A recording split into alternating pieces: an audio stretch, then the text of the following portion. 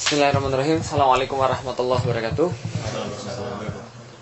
Alhamdulillahirabbil alamin wassalatu wassalamu ala asrofil anbiya'i wal mursalin wa ala alihi wa sahbihi wa man da'a bi da'watihi wa iltazam bi tariqatihi wa tarasama khutah jalal aqidatan islamiyatan asasan li fikratihi wa mikasani a'malihi wa masdarani ahkamih.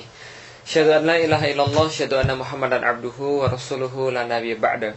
Wa qala Allah ta'ala fil kitabihil karim, a'udzu billahi minasyaitonir rajim. Bismillahirrahmanirrahim. Wa ukhra lan taqdiru 'alaiha qad ahatallahu biha wa kana Allahu ala kulli syai'in qadir. Alhamdulillah, puji dan syukur senantiasa kita panjatkan tentu saja hanya pada Allah yang telah memberikan kita segenap kekuatan, memberikan kita segenap kesehatan untuk melanjutkan kajian kita pada hari ini. Sebelum besok saya harus kembali ke tempat lahir untuk melanjutkan tugas-tugas kembali di sana. Kita akan sedikit membahas pada hari ini lanjutan daripada tema yang kemarin.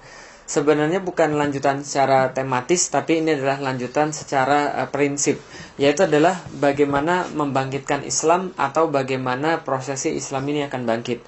Jadi banyak sekali yang bertanya pada saya, teman-teman sekalian, tentang prosesi kebangkitan Islam. Jadi ketika kita menjelaskan pada setiap orang bahwa Islam pasti akan bangkit, bahwa Islam akan kembali jaya, maka biasanya ada banyak pertanyaan pada kita. Khususnya pertanyaan ini adalah, kalau seandainya Islam akan bangkit, maka bangkitnya kapan? Kalau Islam ini akan bangkit, maka bagaimana cara bangkitnya? Kalau Islam ini akan bangkit, maka seperti apa Islam nanti akan bangkit? Nah, ini kita coba akan jawab dengan satu materi yang berjudul Islamic Unity. Nah, jadi gini teman-teman sekalian, ada satu ayat yang Allah berikan kepada kita yang sering kita dengar pas sholat Jumat, atau dalam kesempatan-kesempatan yang lain ketika imam membacakan kepada kita tentang persatuan. Nah, jadi ini adalah sebuah ayat di mana Allah memerintahkan kita untuk bersatu, memerintahkan kita untuk berjamaah dalam satu perintah sekaligus larangan. Allah berikan kepada kita wa'tasimu bihablillahi jami'an wala tafarraqu. Jadi wa'tasimu bihablillahi jami'an wala tafarraqu. Jadi Allah katakan, kami memerintahkan kepada kalian wa'tasimu, berpeganglah kalian semua. Wa'tasimu, berpeganglah kalian semua, bihablillah, dengan tali agama Allah, jami'an, semuanya, wala tafarraqu, dan janganlah kalian bercerai-berai atau berpecah belah. Jadi di sini jelas sekali Allah di dalam Al-Qur'an memerintahkan pada kaum muslimin semuanya untuk terikat dengan hablillah, tali-tali Allah. Hablillah ini di dalam beberapa tafsir dikatakan oleh para ulama sebagai ad-dinul Islam atau Al-Qur'an wa sunnah. Jadi yang dimaksud dengan tali agama Allah adalah agama Islam atau Al-Quran dan As-Sunnah. Berarti Allah katakan, berpeganglah kalian semua wahai umat muslim tanpa terkecuali dengan tali agama Allah, yaitu adalah agama Islam ataupun Al-Quran dan As-Sunnah. Dan janganlah kalian bercerai-berai, wala tafarraqu. Nah, jadi kalau ada seruan di satu tempat, di saat yang sama ada larangan di sisi yang lain, ini menggambarkan bahwa perintah bersatu ini adalah wajib. Namun mungkin kita muncul tanda tanya juga. Kita bertanya-tanya ketika ada hadis lain yang ternyata menyatakan bahwa manusia akan terpecah belah, akan terpecah menjadi 73 golongan. Nah, ini adalah hadis yang sering kita dengar di dalam kesempatan-kesempatan yang lain. Seringkali ulama-ulama juga mengingatkan kita dengan fitnah perpecahan, dengan fitnah yang namanya kerusakan. Yang dalam satu hadis dikatakan Allah pernah mengabulkan 2 doa Rasul dan menolak 1 doa yang lain. Jadi Allah mengabulkan doa Rasulullah bahwa umat Islam tidak akan hancur karena kelaparan, umat Islam juga tidak akan hancur karena peperangan, tapi umat Islam tidak akan selamat. Maksudnya bukan selamat.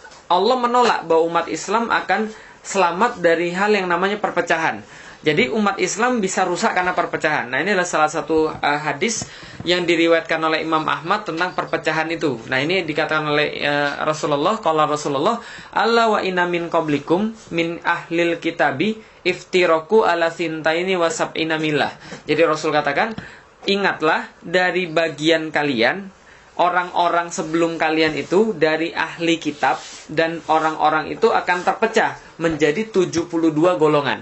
Nah, sintaini wasab'ina millah wa inna hadhihi millah, dan milahku ini, milah Islam ini, satafturuku ala salasi wasab'in, akan terpecah menjadi 73 golongan. Rasul katakan, sintani wasab'un finnar, 72 letaknya di neraka, wa wahidatan fil jannah, dan hanya satu yang masuk surga.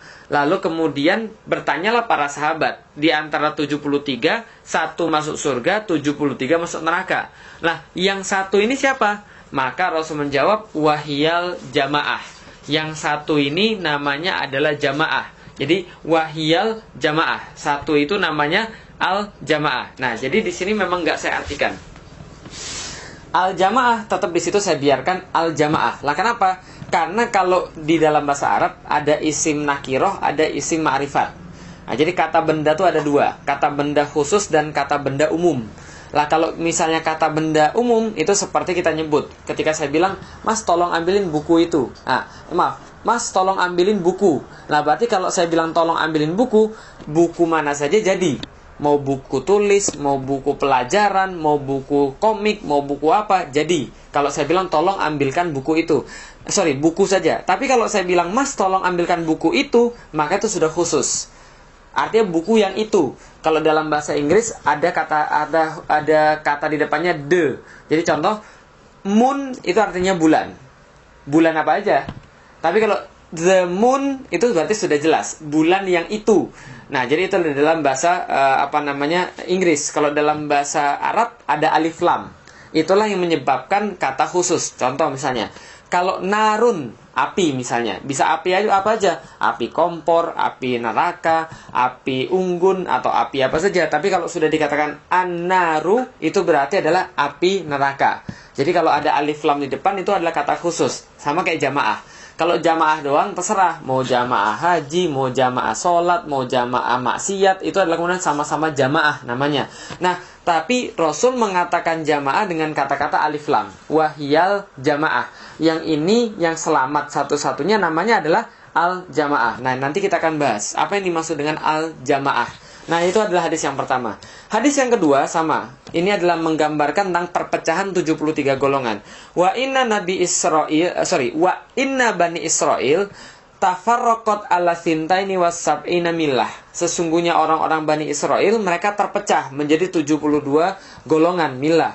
Wa taftariku ummati, dan akan terpecah umatku ala salasi wasab'in menjadi 72 golongan millah.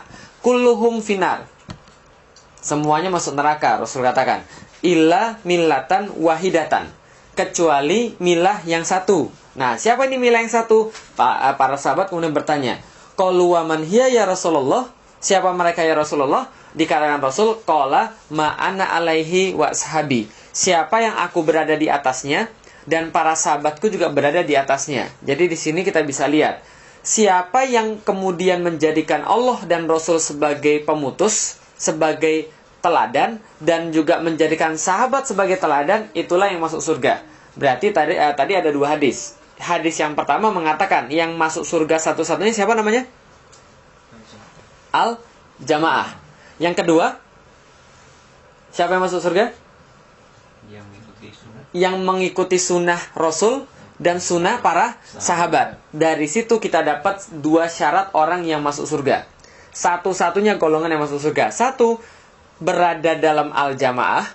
Dua, dia mengikuti sunnah Rasul dan sunnah para sahabat. Dari situ muncul kata-kata ahlus sunnah wal jamaah yang sering kita dengar, yang sering didengung-dengungkan di negeri kita. Ahlus sunnah wal jamaah munculnya dari dua hadis tadi, yaitu siapa mereka? Ahlus sunnah wal jamaah adalah satu-satunya golongan yang selamat yang masuk surga, yang lain tidak masuk surga. Dalam terminologi fikih, ahlus sunnah wal jamaah dikatakan sebagai fikih yang 4 mazhab itu dinamakan dengan ahlus sunnah wal jamaah. Tapi originsnya ini, asalnya adalah ini, sebuah sifat di mana dua hadis ini dirangkai menjadi satu, jadilah namanya Ahlus Sunnah wal Jamaah. Jadi Ahlus Sunnah wal Jamaah itu bukan nama partai.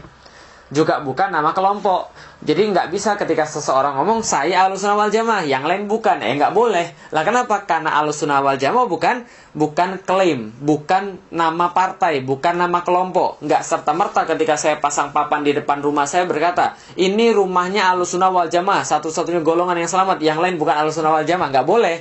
Lah karena Ahlussunnah wal Jamaah adalah sebagai sifat. Itu yang pertama. Yang kedua, coba kita perhatikan. Rasul berbicara 2 hadis ini pada sahabat.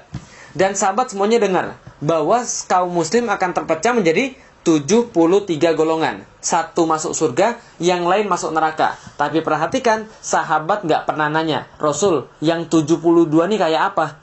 Jadi sahabat nggak pernah mikir 72 itu kayak apa. Sahabat nggak repot mikirin yang sesat. Yang sahabat repotkan adalah mikir yang mana yang selamat. Makanya pertanyaan pada Rasulullah, ya Rasul, yang mana yang selamat gitu loh maksudnya. Itu yang difokuskan, bukan yang sesatnya. Maka harusnya kita juga sama. Yang kita fokuskan bukan mencari sesatnya itu yang mana, bukan membahas tentang siapa yang sesat, tapi yang harus kita bahas adalah yang mana yang selamat. Nah, kalau gitu kita lihat, yang mana yang selamat kita bahas dulu tentang al-jamaah. Ulama-ulama banyak pemandangan tentang al-jamaah.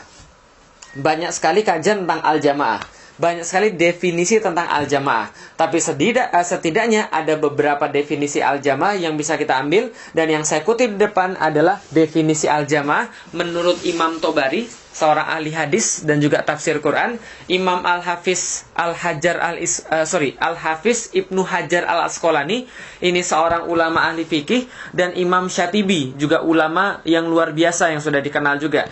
3 ulama ini berkata bahwa al-jamaah kurang lebih artinya adalah jama'atul muslimina idza ijtima'u ala amir.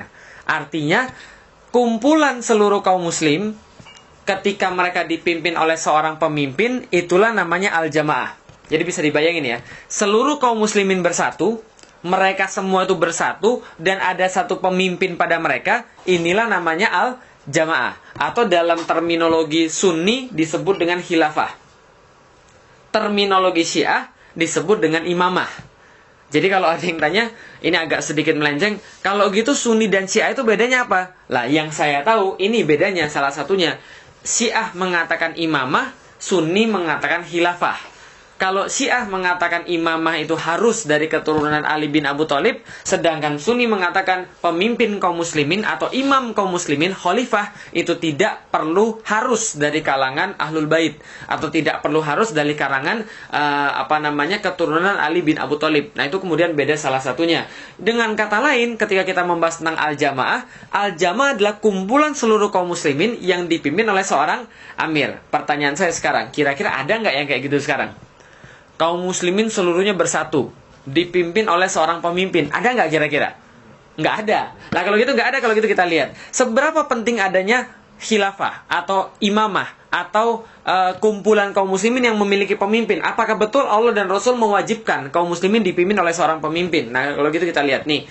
Al-jamaah adalah wajib hukumnya. Jadi punya satu kepemimpinan, hukumnya adalah wajib di dalam Islam. Misal, ini adalah hadis riwayat Muslim yang kemudian tentu saja sanadnya sahih. Dikatakan dalam hadis itu, waman baya'a imaman fa'a'tahu safqata yadi wa thamratal qalbi faliyatihu inistata'a. Siapa yang memberikan baiat kepada seorang imam, lalu kemudian memberikan genggaman tangannya ketika dia berbaiat, lalu memberikan kemudian buah hatinya ketika dia berbaiat, maka sesungguhnya dia harus menaatinya setaat-taatnya. Fa in jaa al-akharu yunazi'ahu fadribu unuqal akhar. Kalau ada orang yang lain yang ingin mengambil kepemimpinan dia, maka pukullah tengkuk orang yang pengen ngambil itu, dan pukulnya dengan pedang. Artinya apa? Dibunuh. Lah artinya apa? Kalau kaum muslimin sudah punya satu pemimpin, lalu kemudian ada orang yang mau merebut kepemimpinan itu atau makar terhadap pemimpin itu, maka Rasul perintahkan harus dibunuh. Kenapa? Karena bakal membuat umat muslim tercerai-berai karena punya 2 pemimpin. Maka ini salah satu adalah kewajiban Rasul memerintahkan kita untuk punya pemimpin, satu di antara seluruh kaum muslimin. Ada lagi. Nah ini, man khala ayadan min taatin. Ada orang yang mengangkat tangannya dari ketaatan terhadap pemimpin, terhadap baiat dia yang sudah dia kasih. Laqiyallahu yaumal qiyamati la hujjatalah. dia akan bertemu dengan Allah di hari kiamat, tidak ada hujah pada dia, tidak ada alasan pada dia. Wa man mata wa laisa fi unukihi bai'atun mata mitatan jahiliyah. Siapa yang mati dan kemudian tidak ada di pundaknya baiat kepada pemimpin yang satu itu, yang khalifah itu, maka dia matinya mati jahiliyah. Artinya ini sebuah pertanda bahwa orang yang tidak punya pemimpin lalu kemudian meninggal, matinya dalam keadaan bermaksiat. Artinya kita harus mengangkat seorang pemimpin di antara seluruh kaum muslimin, gitu maksudnya. Nah, kalau gitu kita lihat lagi, ini yang lebih horor lagi hadisnya. Nah, ini kemudian Rasul berkata, ana amrukum bihomsin. Jadi kami memerintahkan pada kalian dengan 5 perkara. Allahu amroni bihinna. Yang Allah memerintahkan kami juga dengan 5 perkara ini. Apa? Bil jamaah, dengan jamaah. Itu pakai alif lam atau enggak jamaahnya? Pakai. Berarti itu isim ma'rifat atau isim nakiroh? Kata khusus atau kata umum? Khusus. Berarti artinya adalah yang tadi, bil jamaah, berada dalam al jamaah, wa bisam'i, dan mendengarkan pemimpin Anda. Nah, itu maksudnya. Jadi berjamaah bersama pemimpin, mendengarkan pemimpin, wa ta'ati, dan taat kepada sang pemimpin, wal hijrati wal jihadi fisabilillah, berhijrah bersamanya dan berjihad bersamanya. Fa innahu, maka barang siapa satu orang saja, fa innahu man kharaja minal jamaah, yang keluar daripada al jamaah, kepemimpinan yang ada satu orang pemimpin itu, kidasibrin, hanya sejengkal kaki saja, fakot khola arib kotal Islam min unukihi ila ayarji, akan kemudian terlepas ikatan Islam dari lehernya kecuali dia kembali bertaubat. Ini berarti dihukumi orang-orang yang keluar daripada al-jamaah sebagai orang yang murtad, keluar daripada Islam. Nah, ini lebih horor lagi. Artinya apa? Berjamaah sekali lagi hukumnya adalah wajib, bukan berjamaah sholat, tapi berjamaah dalam satu kepemimpinan di mana ada satu pemimpin, sebagaimana disimpulkan oleh 3 imam tadi, Imam Syatibi, Imam Ibnu Hajar al-Asqalani, dan Imam Tobari kan, itu kan ya. Nah, jadi kalau gitu kita lihat lagi. Nah, pertanyaannya sekarang, kalau al-jamaah adalah kumpulan kaum muslimin yang bersatu, dipimpin oleh seorang muslim, dipimpin oleh seorang pemimpin, itu adalah al-jamaah. Ngomong-ngomong, berarti sekarang ada nggak al-jamaah? Ada nggak kira-kira? Umat muslim ada berapa negara sekarang? 58 negara. 58 negara masing-masing punya pemimpin sendiri, betul begitu? Nah, kalau kata Rasul, idza buyi alil khalifatain faktulu al-akharu minhuma. Kalau dibaiat 2 khalifah, maka bunuhlah yang terakhir di antaranya. Berarti Rasul mewajibkan satu pemimpin. Karena ngomongnya begini deh, jangankan Rasulullah, jangankan Islam, kita bicara orang Cina aja. Orang Cina punya pepatah, satu gunung nggak boleh ada 2 macan. Lah kenapa kalau ada 2 macan? Berantem dia, bergulat di situ. Maka Islam juga sama. Kalau ada 2 pemimpin, bunuh yang terakhir yang kemudian ngaku-ngaku pemimpin. Artinya Rasul cuma memperbolehkan satu pemimpin di antara seluruh umat muslim. Idza buyi'a lil khalifatain, ketika dibayat 2 khalifah, maka faktulu al-akharu minhuma, bunuh yang terakhir di antara mereka berdua. Nah, kalau seandainya satu pemimpin diwajibkan, kita sekarang ada berapa pemimpin tadi? 58 negara, masing-masing punya satu pemimpin. Kalau gitu kita bunuh 57-nya. Ya nggak bisa begitu juga. Nah, karena itu apa yang kemudian dimaksudkan? Artinya al-jamaah belum ada. Karena harusnya kita ada satu pemimpin. Nah, kalau kita nggak ada, maka gimana? Berlakulah kaidah usul namanya mala yatimul wajibu ila bihi fahuwa wajib. Satu kewajiban yang tidak terlaksana karena adanya sesuatu, maka sesuatu ini hukumnya menjadi wajib. Contoh misalnya, wudu hukumnya apa? Wudu hukumnya sunnah. Kalau kita mau sholat hukumnya jadi wajib. Kalau enggak ada air maka cari air. Jangan tayamum dulu, cari air. Ternyata airnya enggak ada karena pompanya bocor, maka benerin pompa menjadi wajib. Karena kalau tidak ada pompa maka tidak ada air. Tidak ada air maka tidak bisa wudu. Sedangkan wudu wajib kalau mau sholat. Maka benerin pompa menjadi wajib. Ternyata tidak ada duit, maka kerja cari duit benerin pompa menjadi wajib. Ternyata nggak punya kerjaan, maka cari kerja untuk dapat duit benerin pompa menjadi wajib. Dan seterusnya. Paham ya? Malah yatimul wajibu ila bihi fahuwa wajib. Maka kalau ada orang yang dia ini kemudian belum nikah dan kemudian dia sudah maksiat, maka itu hukumnya nikah menjadi wajib bagi dia. bukan lagi sunnah, jadi wajib bagi dia. Lah kenapa? Karena sudah menyebabkan dia bermaksiat misalnya. Nah, itu maksiat itu menjadi wajib bagi dia. Ini salah satu contoh penerapan mala yatimul wajibu ila bihi fahuwa wajib. Yang tidak terlaksana karena sesuatu yang kurang, maka sesuatu yang kurang itu menjadi wajib. Kalau itu adalah wajib juga. Salat wajib, wudu sunnah. Tapi wudu mau salat itu menjadi wajib, kemudian wudunya dan sebagainya. Mala yatimul wajibu ila bihi fahuwa wajib. Nah, maka kalau al-jamaah itu adalah sesuatu yang wajib, sesuatu yang kemudian harus dilakukan oleh kaum muslimin, dan ternyata sekarang tidak ada al-jamaah, maka mewujudkan al-jamaah hukumnya menjadi wajib. Nah, ternyata tidak ada kelompok yang memperjuangkan al-jamaah, maka adanya kelompok itu juga menjadi wajib juga. Nah, karena itulah dari situ muncul yang namanya kelompok dakwah menjadi wajib untuk diadakan. Karena kelompok dakwah inilah yang nanti harus memperjuangkan al-jamaah atau tegaknya kepemimpinan satu untuk seluruh kaum muslimin itu. Nah, ini adalah dalilnya bahwa kelompok itu harus ada. Surat Ali Imran ayat 104. Wal takum minkum ummatu yatuna ilal khair wa ya'muruna bil ma'ruf wa yanhauna 'anil munkar faulaika humul muflihun. Dalam Al-Qur'an itu kemudian kalau kita baca terjemahan Depak itu ayatnya berbunyi dan hendaklah ada. Saya kurang setuju dengan hendaklah ada. Karena wal takum minkum, wal ini adalah lamnya lam taukid, berarti penegasan. Wal takum minkum itu harusnya dibaca dan haruslah ada, bukan hendaklah ada. Kalau hendaklah ada itu anjuran. Tapi kalau haruslah ada, ini berarti ya memang kewajiban. Wal takum minkum, hendaklah ada minkum dari kalian. Kum ini kan kalian. Dari kalian siapa? Umat mukmin, umat muslim semuanya. Ummatun, satu kelompok kecil lagi. Jadi Allah berkata, hendaklah ada di antara kalian umat muslim yang besar itu semuanya satu kelompok kecil lagi. Nah, ngapain kerjaan mereka? Kerjaan mereka adalah yat'una ilal khair, berdakwah kepada kebenaran. Khair ini adalah al-Islam, berdakwah kepada Islam. Dalam arti menyuruh orang-orang non-muslim untuk masuk Islam. Itu yang pertama kerjaan mereka. Yang kedua, wa ya'muruna bil ma'ruf, dan mereka menganjurkan dan menyuruh kepada yang ma'ruf. Yang ketiga, wa yanhauna 'anil munkar, dan mereka menolak kepada kemungkaran. Wa yanhauna 'anil munkar, dan mereka mencegah dari kemungkaran. Wa ulaika humul muflihun, dan mereka itulah kelompok-kelompok yang beruntung. Nah, ini juga sebagai dalil. Dalil apa? Bahwa kelompok-kelompok itu boleh banyak, tidak harus satu, gitu loh maksudnya. Jadi selama ini kalau orang bilang, mana bisa kemudian Islam bisa bangkit, ini aja banyak banget kelompoknya, nggak bisa satu. Lah memang Allah tidak wajibkan satu, Allah bolehkan banyak. Tahu dari mana? Nih, ulaika humul muflihun.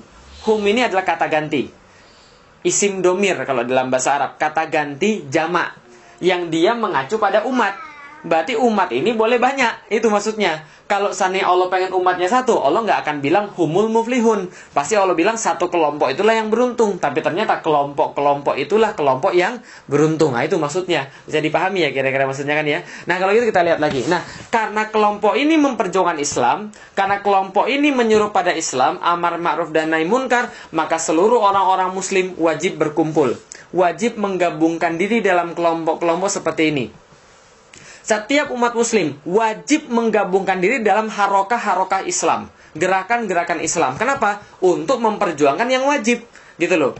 Sekarang tadi sudah dikatakan, masuk surga cuma 2 syarat. Apa tadi yang pertama? Ingat nggak? Yang pertama syarat masuk surga itu? Masuk jamaah, al-jamaah. Bukan jamaah, al-jamaah. Yang kedua? Ikut sunnah. Berarti ada 2, ahlus sunnah wal jamaah. Nah, untuk kemudian ada al-jamaah ini kan wajib, maka memperjuangkan jamaah menjadi wajib. Dengan apa? Kelompok. Nah, kalau kelompoknya belum ada, maka bergabung dalam kelompok ini juga menjadi wajib. Atau kalau kelompoknya belum kuat untuk menegakkan al-jamaah tadi, atau menegakkan khilafah tadi, maka bergabung di dalamnya juga menjadi wajib. Nah, kalau itu kita lihat, ada orang yang berkata, saya nggak mau berkelompok deh, nanti saya takut, nanti kemudian sesat, atau nanti kemudian malah memecah belah umat, atau seperti apa. Nah, kalau gitu kita lihat. Yang pertama, sebagian kaum muslimin tidak mau bergabung untuk menegakkan al-jamaah dengan kelompok-kelompok yang sudah ada, dengan alasan mereka takut ini dan itu. Kita bahas. Alasan pertama, yang namanya kelompok itu memecah belah. Salah tulis, sorry. Ini alasan pertama. Yang namanya kelompok itu memecah belah. Pakai dalilnya ini. Fattakot tau amrohum bainahum zuburon. Kullu hisbin bimaladaihim farihun. Nah, jadi mereka memecah belah agama mereka menjadi pecahan-pecahan. Dan setiap kelompok Kullu hisbin, hisb itu artinya kelompok. Setiap kelompok merasa bangga dengan kelompoknya masing-masing. Gue yang paling benar, lo nggak ada apa-apanya lo itu salah, sesat lo. Gue yang masuk surga, lo neraka aja sono. Nah ini adalah contoh. Mereka katakan kelompok itu memecah belah. Karena dalam Al-Quran mengatakan setiap kelompok akan bangga dengan urusannya masing-masing. Kullu hisbin bimaladaihim farihun. Setiap kelompok merasa bangga dengan urusannya masing-masing. Sekarang pertanyaan saya, di sini yang nggak boleh apa? Berkelompoknya, berbangga-bangganya, atau apa yang nggak boleh? Berbangga-bangganya nggak boleh kan ya? Nah kalau gitu kita lihat, berbangga-bangga karena kelompok boleh nggak kira-kira? Nah kalau gitu kita lihat, berbangga-bangga dengan kelompok boleh atau tidak? Berbangga-bangga itu adalah sebuah kata sifat yang itu tidak punya baik ataupun buruk. Tidak seperti babi. Contoh misalnya, babi itu sudah jelas buruk. Mau babinya misalnya dikasih riasan ataupun babinya dikasih ini dan itu tetap buruk itu katanya. Contoh lagi, zina. Zina itu sudah pasti buruk. Bukan sebuah kata yang bebas. Tapi kalau berbangga-bangga itu tergantung apa yang dibanggain. Contoh misalnya, kita lihat nih, bahwa bangga itu adalah kata yang tidak bebas. Ayat yang di atas. Qul bifadlillahi wa birahmatihi fabidzalika falyafrahu. Katakanlah dengan fadlillah, dengan keutamaan daripada Allah dan dengan rahmat yang Allah berikan, maka dengan itu harusnya kalian berbangga-bangga, bergembira. Maka di situ bergembira, berbangga boleh nggak? Harus. Kalau antum nggak bangga, antum nggak bahagia dengan nikmat Allah, itu namanya kufur nikmat. Betul begitu. Nah, itu harus. Yang di bawah sebaliknya, jangan terlalu berduka cita terhadap apa yang Allah ambil dan jangan terlalu berbangga, berbahagia dengan apa yang Allah berikan, supaya kalau hilang tidak sakit, kalau dapat tidak bangga. Maksudnya begitu. Nah, artinya apa? Di sini tidak boleh terlalu berbangga. Maka berbangga-bangga itu tergantung. Ada yang boleh, ada yang nggak boleh. Yang nggak boleh apa? Kullu hisbim bimaladaihim farihun. Setiap kelompok berbangga dengan urusannya masing-masing dan menganggap selain kelompoknya itu sesat dan salah. Ini yang nggak boleh. Asobiyah namanya. Dan asobiyah tidak hanya bangga pada kelompok, bangga pada etnis, bangga pada bangsa, bangga pada kemudian tanah lahir, bangga pada yang lain-lain, dan kebanggaan ini ditaruh di atas ukhuwah Islam. Itulah asobiyah. Jadi ingat ya, saya bangga sebagai orang yang lahir di Indonesia. Boleh nggak? Boleh. Asal jangan ditaruh di atas ukhuwah Islam. Saya bangga dilahirkan misalnya sebagai orang Jawa. Boleh nggak? Boleh. Asal jangan ukhuwahnya di atas Islam. Itu maksudnya. Lah kenapa? Coba kita lihat nih. Ini ada sebuah hadis-hadis yang lain. Kalau seandainya Allah tidak boleh berbangga-bangga, tentunya seluruh partai akan dilarang. Kalau Allah tidak boleh berpartai, tidak boleh berkelompok, tentunya Allah nggak nyuruh berkelompok dan semuanya akan dilarang. Ternyata Allah memuji salah satu partai. Siapa? Kita lihat yang dipuji Allah. Wa may yatawallallah wa rasulahu walladzina amanu fa inna hisballah. Siapa yang dia berwala? Tahu berwala? Yang dia itu menyatakan loyalitas, menyatakan posisi, dia berteman kepada Allah, Rasul dan juga orang-orang beriman, itulah Hizbullah, itulah partai-partai Allah. Berarti kalau bukan kemudian menyatakan loyalitas pada Allah, Rasul dan orang mukmin, itu bukan Hizbullah. Contoh, dia kemudian berkoalisi dengan kemudian partai nasionalis atau kemudian partai sekuler. Itu berarti bukan kemudian berwala kepada Allah, Rasul dan orang beriman. Nah gitu loh, ini maksudnya siapa yang berwala pada Allah, berwala itu artinya nempel, cenderung gitu loh maksudnya, love gitu loh maksudnya, mengikatkan diri. Nah itu maksudnya berwala kepada Allah, Rasul dan orang mukmin, itulah Hizbullah, itulah partai Allah. Nah, humul golibun, partai-partai inilah yang dimenangkan, partai-partai yang macam ini yang dimenangkan. Berarti apa? Allah memuji partai. Partai apa dipuji Allah? Hizbullah. Kalau gitu kita ganti nama aja, jadi Hizbullah. Enggak begitu juga maksudnya. Maksudnya adalah itu adalah sebuah sifat. Bukan berarti ketika Anda pasang gua partai Hizbullah, ya bukan berarti kemudian itu adalah sesuatu yang bersifat maksudnya begitu. Enggak. Maksudnya adalah Hizbullah itu kemudian dipuji oleh Allah. Nah, kalau gitu kita lihat lagi. Nah, ini adalah kemudian tentang asobia lagi. Ar-rijalu yuqatilu syaja'ah. Nah, ini dikatakan pada Rasulullah, ada seorang laki-laki yang kemudian membunuh berperang karena syaja'ah, rasa keberanian. Nah, wa yuqatilu hamiyah, dan dia berperang karena rasa hamiyah, rasa semangat saja. Wa yuqatilu riya, ada juga yang berperang karena riya, pengen dilihat oleh orang. Fa aidzalika fisabilillah. Ada seorang kemudian bertanya, yang mana yang kayak begini yang disebut jihad fisabilillah? Rasul katakan, tidak semua itu yang jihad fisabilillah. Rasul katakan, qala man qatala litakuna kalimatullahi hiya ulya fahuwa fisabilillah. Siapa yang berperang untuk menjadikan agama Allah dan kata-kata Allah itu paling tinggi, maka itulah yang disebut dengan fisabilillah. Artinya apa? Jangan kita berperang gara-gara berani doang. Jangan berperang gara-gara semangat doang, apalagi dilihat oleh manusia, tapi berperang gara-gara hanya Allah. Nah, sama berpartai juga sama, hanya karena Allah. Berkelompok juga sama, hanya karena Allah. Allah meminta kita punya wadah, Allah minta kita punya kemudian organisasi untuk berjuang, Allah minta kita bersama-sama untuk berdakwah. Karena itulah kita bergabung dalam harokah, bukan karena harokah kita lebih hebat daripada yang lain, ataupun mengatakan yang lain sesat kita enggak boleh. Karena kenapa? Itu nanti jadinya asobiyah. Gue gitu loh, gue partainya partai A, berdalil, antum nggak berdalil berarti antum sesat. Nah, ini nggak boleh kan, karena itu sudah asobiyah, bisa dipahami kira selesai. Nah, kalau gitu kita lanjutkan. Alasan kedua, karena Rasul suruh gigit akar pohon dan gak usah ikut-ikutan kemudian gerakan-gerakan Islam, gak usah ikut-ikutan perjuangan Islam, lebih baik gigit akar pohon sampai mati. Nah, itu kemudian ada hadisnya seperti itu. Jadi Rasul pernah berkata pada seluruh kaum muslimin, fa'tazil tilka firaqo kullaha, maka tinggalkanlah seluruh namanya partai-partai, tinggalkanlah seluruh namanya kelompok-kelompok, jangan ikutan satupun. Nah, kalau gitu kita bahas bagaimana maksudnya menggigit akar pohon. Jadi gini ceritanya, suatu hari perlu saya sampaikan, ada seorang sahabat Rasul namanya Huzaifah al-Yaman. Kenal Huzaifah al-Yaman? Huzaifah al-Yaman ini adalah seorang ketua badan intelijen Rasulullah. Jadi ketua BIR, Badan Intelijen Rasulullah. Ini adalah namanya Huzaifah al-Yaman. Lah kenapa Huzaifah al-Yaman jadi ketua Badan Intelijen Rasul? Karena Huzaifah al-Yaman ini adalah seseorang yang sangat pintar luar biasa. Dia bisa nyimpan rahasia. Dia bisa kemudian tidak mengatakan rahasia pada orang lain. Maka dia sering bertemu Rasul dan ikut Rasul kemana-mana. Salah satunya kemudian dia dijuluki sebagai Ashabu Siri Rasulullah. Jadi orang yang kemudian memegang rahasia Rasul. Jadi Rasul itu punya daftar orang munafik. Yang tahu daftar orang munafik itu cuma Huzaifah al-Yaman. Jadi ketika kemudian Rasul masih hidup, sahabat gampang. Kalau sahabat bersama Rasul, ada yang meninggal, kalau Rasul sholatin, sahabat ikut sholatin. Berarti dia bukan orang munafik. Pasca Rasul meninggal, mereka nggak tahu lagi siapa yang munafik dan siapa yang nggak munafik. Maka mereka nunggu Huzaifah al-Yaman. Kalau Huzaifah al-Yaman kemudian nyolatin orang, mereka ikut nyolatin orang. Kalau Huzaifah al-Yaman tidak nyolatin orang itu, berarti dia juga nggak ikutan juga. Lah kenapa? Karena orang ini berarti termasuk orang munafik. Nah, jadi kira-kira gitu maksudnya. Jadi dia memegang rahasia Rasulullah. Nah, karena kemudian dia intel Rasulullah juga, dia pernah ditempatkan di sebuah perang, namanya perang Khandaq, yang saya pernah ceritain. Ketika perang Khandaq, bayangin aja, waktu itu Arab lagi musim dingin. Musim dingin, dinginnya minta ampun, luar biasa dinginnya. Nah, ketika dingin-dingin itulah Rasul minta para sahabat, siapa di antara kalian yang mau nyelidiki pasukan Quraisy? 10.000 orang itu, yang pasukan Azab itu, nggak ada yang mau, saking dinginnya kemudian malam itu. Mereka katakan, sampai tulang kami itu kayak ditusuk-tusuk pakai jarum.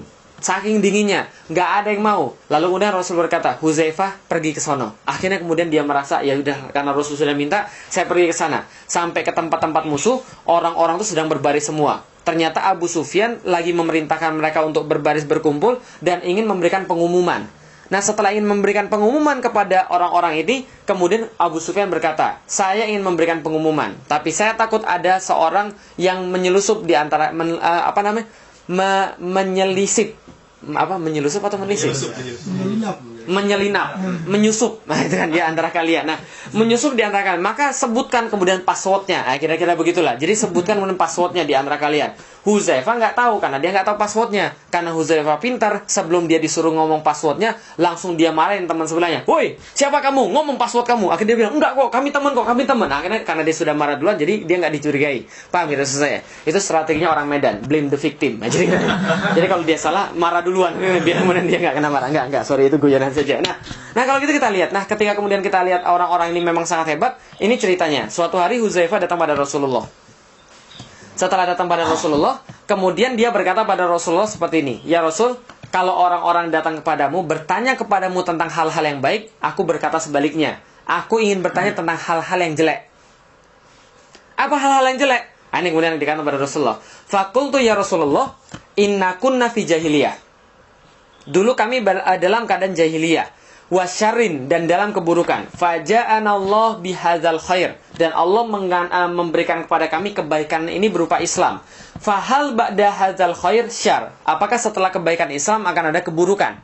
Maka Rasul menjawab, qala na'am. Rasul berkata, iya, ada keburukan. Fakultu, berkata lagi kemudian Huzaifah, hal ba'da zalika syarri min khair, setelah keburukan itu apakah akan ada kebaikan lagi? Qala na'am wa fihi dakhunun. Ada, tapi akan ada seperti asap. Jadi buruk, baik datang berupa Islam. Setelah Islam akan ada buruk lagi. Setelah buruk akan ada baik lagi. Tapi baiknya ada asapnya. Qultu wa madakhunuhu, dan apa asapnya itu? Rasul berkata, qala qaumun yastanuna bi ghairi sunnati wa yahduna bi ghairi hadi ta'rifu minhum wa yunkir. Akan ada orang yang menunjuki bukan dengan petunjuk saya, dan bersunnah bukan dengan sunnah saya. Engkau akan menemui mereka dan akan mengingkarinya. Nah, itulah yang pertama. Nah, kalau gitu Huzaifah tanya lagi. Qultu, berkata lagi aku, Huzaifah, hal ba'da zalika khair, zalikal khair min syar. Setelah kebaikan yang ada asapnya ini, apakah akan ada keburukan lagi? Rasul katakan, qala na'am, du'atun ala abwabi jahannam. Nah, ini yang kemudian horor. Ada dai-dai yang menyeru kepada pintu neraka. Bayangin antum. Dai menyeru pada pintu neraka. Terang, kemudian Huzaifah kaget. Loh, maksudnya apa ini? Dai menyuruh pada pintu neraka. Man ajabahum ilaiha qazafuhu fiha. Siapa yang menyeru siapa yang menyambut seruan mereka akan didorong ikut mereka masuk neraka. Huzaifah nanya lagi. Fakultu ya Rasulullah. Maka aku berkata, ya Rasulullah, sifhum lana, sebutkan ciri-ciri mereka kepada kami. Rasul katakan, qala na'am, baik akan kami sebutkan ciri-ciri mereka. Qaumun min jildatina wa yatakallamuna bi alsinatina. Mereka adalah orang-orang dari kulit-kulit kita, dan mereka berbicara dengan bahasa-bahasa kita. Coba bayangin, Huzaifah itu orang mana? Orang Arab, orang Yaman, orang Arab. Rasul orang mana? Orang Arab. Berarti kelompok yang dai-dai yang menyuruh pada neraka ini, mereka dari kulitnya kita dan bahasanya kita. Berarti itu adalah menurut para ulama, mereka itu orang Arab. Kulitnya Arab, bahasanya Arab. Tapi menyuruh pada neraka jahanam. Ustaz jangan main-main. Ya memang begitulah ceritanya. Ini hadis sahih nih. Nah, kemudian dikatakan lagi oleh para ulama yang lain, maksudnya bukan hanya orang Arab, tapi yang dimaksud dengan kulit-kulit kita adalah orang Islam. Yang dimaksud dengan bahasa-bahasa kita adalah Al-Quran. Berarti mereka tuh orang Islam, ngomongnya Quran, tapi menyesatkan manusia, mengajak manusia pada pintu neraka. Ada nggak zaman sekarang? Banyak. Siapa tuh? Yaitu Jil misalnya, contoh. Orang-orang liberal misalnya. Orang-orang yang kemudian sekuler misalnya. Mereka lulusan Al-Azhar, LC misalnya. Hafal Quran, tapi ngajak pada pintu neraka jahanam dengan ngomong Rasulullah itu bukan tokoh yang suci. Rasul itu cuma kemudian tokoh sejarah. Yang namanya Al-Quran itu tidak final. Ada penyesuaian lagi dengan zaman. Yang namanya syariat tidak wajib. Jilbab itu hati aja, nggak usah luarnya. Ini contoh. Dai-dai tapi menyeru pada neraka jahanam. Nah, itu contohnya. Itu zaman dulu aja Rasul udah bilang. Zaman sekarang kejadian. Untung Huzaifah nanya lagi. Fakultu, berkata lagi Huzaifah, ya Rasulullah, wahai Rasulullah, famataro in adrokani zalik. Bagaimana pendapatmu kalau aku menemui orang yang demikian? Kalau aku menemui dai-dai yang menyeru pada neraka jahanam ini, maka qala talzamu jama'atal muslimina wa imamahum. Berkatalah Rasulullah, berpeganglah kalian pada kelompok kaum muslimin yang bersatu semuanya itu, dan mereka dipimpin oleh seorang pemimpin. Talzamu jama'atal muslimina wa imamahum. Harus ada kalian ini dipimpin oleh seorang pemimpin agar terlindung dari yang namanya dai-dai yang menyuruh pada neraka jahanam ini. Untung Huzaifah tanya lagi. Fakultu fa in lam yakun lahum jama'atun wala imam. Kalau aku tidak menemukan orang muslim itu bersatu, dan aku tidak menemukan satu pemimpin di antara mereka, terus gimana? Rasul katakan, qala fa'tazil tilka firaqo kullaha. Tinggalkan seluruh kelompok, jangan ikut-ikutan satupun kelompok. Walau anta addo ala asli syajaratin hatta yudrika kal maut wa anta ala zalik. Dan lebih baik engkau menggigit akar pohon, jangan ikuti satupun kelompok itu, gigitlah akar pohon, dan walaupun engkau mati dalam keadaan menggigit akar pohon. Berarti jangan ikut-ikutan jamaah, jangan ikut-ikutan partai, jangan ikut-ikutan harokah, gerakan. Lebih baik gigit akar pohon. Nah, itu alasan. Itu kata Rasul, jangan ikut-ikutan. Lah kenapa Rasul suruh gigit akar pohon? Padahal mereka belum baca hadis-hadis yang tadi kita bahas. Hadisnya panjang ini. Dari sini, kemudian nyambung ke sini, nyambung ke sini, akhirnya ke sini. Suruh gigit akar pohon. Dan kita lihat, sampai yang sini, sebentar. Nah, sampai sini. Faktazil tilka firoko kullaha. Tinggalkan seluruh kelompok. Tilka ini kata ganti, isim domir. Berarti yang disuruh Rasul tinggalkan siapa? Dai-dai yang menyeru pada neraka Jahanam, dan seluruh kelompoknya, bukan seluruh kelompok yang lain, bukan. Malah kita disuruh untuk awalnya tidak meninggalkan kelompok dulu. Awalnya kita disuruh ada pemimpin satu di antara umat muslim. Itu dulu harus ada. Kalau nggak ada, baru gigit akar pohon. Sedangkan yang alasan gigit akar pohon tidak mau ikut kelompok, nggak pernah juga gigit akar pohon sampai mati, kan gitu kan ya. Nah, ternyata nggak juga. Berarti ini salah. Lalu maksudnya apa? Nih, maksudnya begini. Nih, maksudnya. Iya, apa maksudnya menggigit akar pohon? Suatu hari ini ceritanya sangat horor sekali. Sangat sedih. Lah kenapa? Ini hadis diucapkan Rasul tatkala Rasul menjelang wafat. Sampai para sahabat nangis-nangis dengarnya. Lah kenapa? Karena para sahabat seolah-olah merasa Rasul sebentar lagi akan meninggal. Maka kemudian mereka katakan, Rasul, wasiatkanlah kepada kami kalau Anda pengen berwasiat memang. Maka inilah kemudian wasiat yang dikatakan. Faqala usikum bitaqwallah. Kami berwasiat pada kalian, takwalah pada Allah. Itu kemudian yang pertama. Yang kedua, wasam'i, dengarkan pemimpin kalian. Itu kata Rasul, dengarkan pemimpin kalian setelah saya. Wa ta'ati, dan taatilah dia. Wa in abdan habasyan, walaupun dia seorang budak Habasyah. Tahu budak Habasyah? Ethiopia. Dalam hadis lain, walaupun rambutnya kayak kismis. Tahu maksudnya? Jadi kayak kismis rambutnya, bulat-bulat satu-satu itu. Nah, kalau dia pemimpin, taati dia, kata Rasulullah. Fa innahu man ya'isyu minkum ba'di, siapa yang hidup setelah aku meninggal, kata Rasulullah, fa sayara ikhtilafan katsiran, akan mereka lihat pertentangan yang banyak. Fa alaikum bisunnati wa sunnati khulafa'il muhdiyina rasyidin, dan bagi kalian aku tinggalkan sunnahku dan sunnah khalifah-khalifah setelahku. Tamassaku biha, dan berpegang teguhlah pada dia, wa abdu alaiha binawajis, dan gigitlah dengan gigi geraham. Itu maksudnya. Jadi dalam kondisi di mana ada dai-dai neraka jahanam, Rasul katakan, tinggalkan kelompok-kelompok itu. Tinggalkan kelompok-kelompok yang sesat itu. Jangan ikut-ikutan. Jangan ikutan jil, jangan ikutan kemudian yang lain-lainnya, yang liberal, jangan ikut-ikutan genderisme, jangan ikut-ikutan feminisme dan sebagainya. Tinggalkan semua itu, gigit akar pohon. Ini maksudnya, gigitlah fundamentalnya. Gigitlah akarnya. Apa akarnya? Al-Quran dan Sunnah. Bisa difahami kira-kira. Nah, kalau gitu kita lihat lagi. Nah, jamaah minal muslim wajib. Jadi menegakkan Islam dalam bentuk khilafah tadi, dalam bentuk al-jamaah tadi yang sudah kita bahas, hukumnya adalah wajib. Maka mengadakan kelompok yang memperjuangkan al-jamaah, hukumnya menjadi wajib. Nah, kenapa? Ini kata Said Qutb, proses kebangkitan dimulai sesungguhnya punya golongan perintis atau punya kelompok dakwah. Siapa? Apa aja kelompok dakwahnya, mau A, B, C, D, terserah. Yang penting menyeru pada Islam, kemudian beramar ma'ruf, dan ketiga nahi munkar. Selesai. Mau jamaah apa sih, terserah. Fatiyah kan berkata, tidak pernah Rasul mengandalkan pada kerja individual, tapi beliau menganjurkan penegakan jamaah. Lah kenapa? Karena Rasul pernah berkata, fa innama ya'kulu dzi'bu minal ghanami qasiyah. Sesungguhnya serigala hanya akan memakan kambing yang sendirian. Tahu serigala? Ganas nggak serigala? Seganas-ganasnya serigala, hidupnya itu berjamaah. Gitu kan ya? Dan seganas-ganasnya serigala nggak pernah makan mangsanya sendirian. Dia itu keroyokan.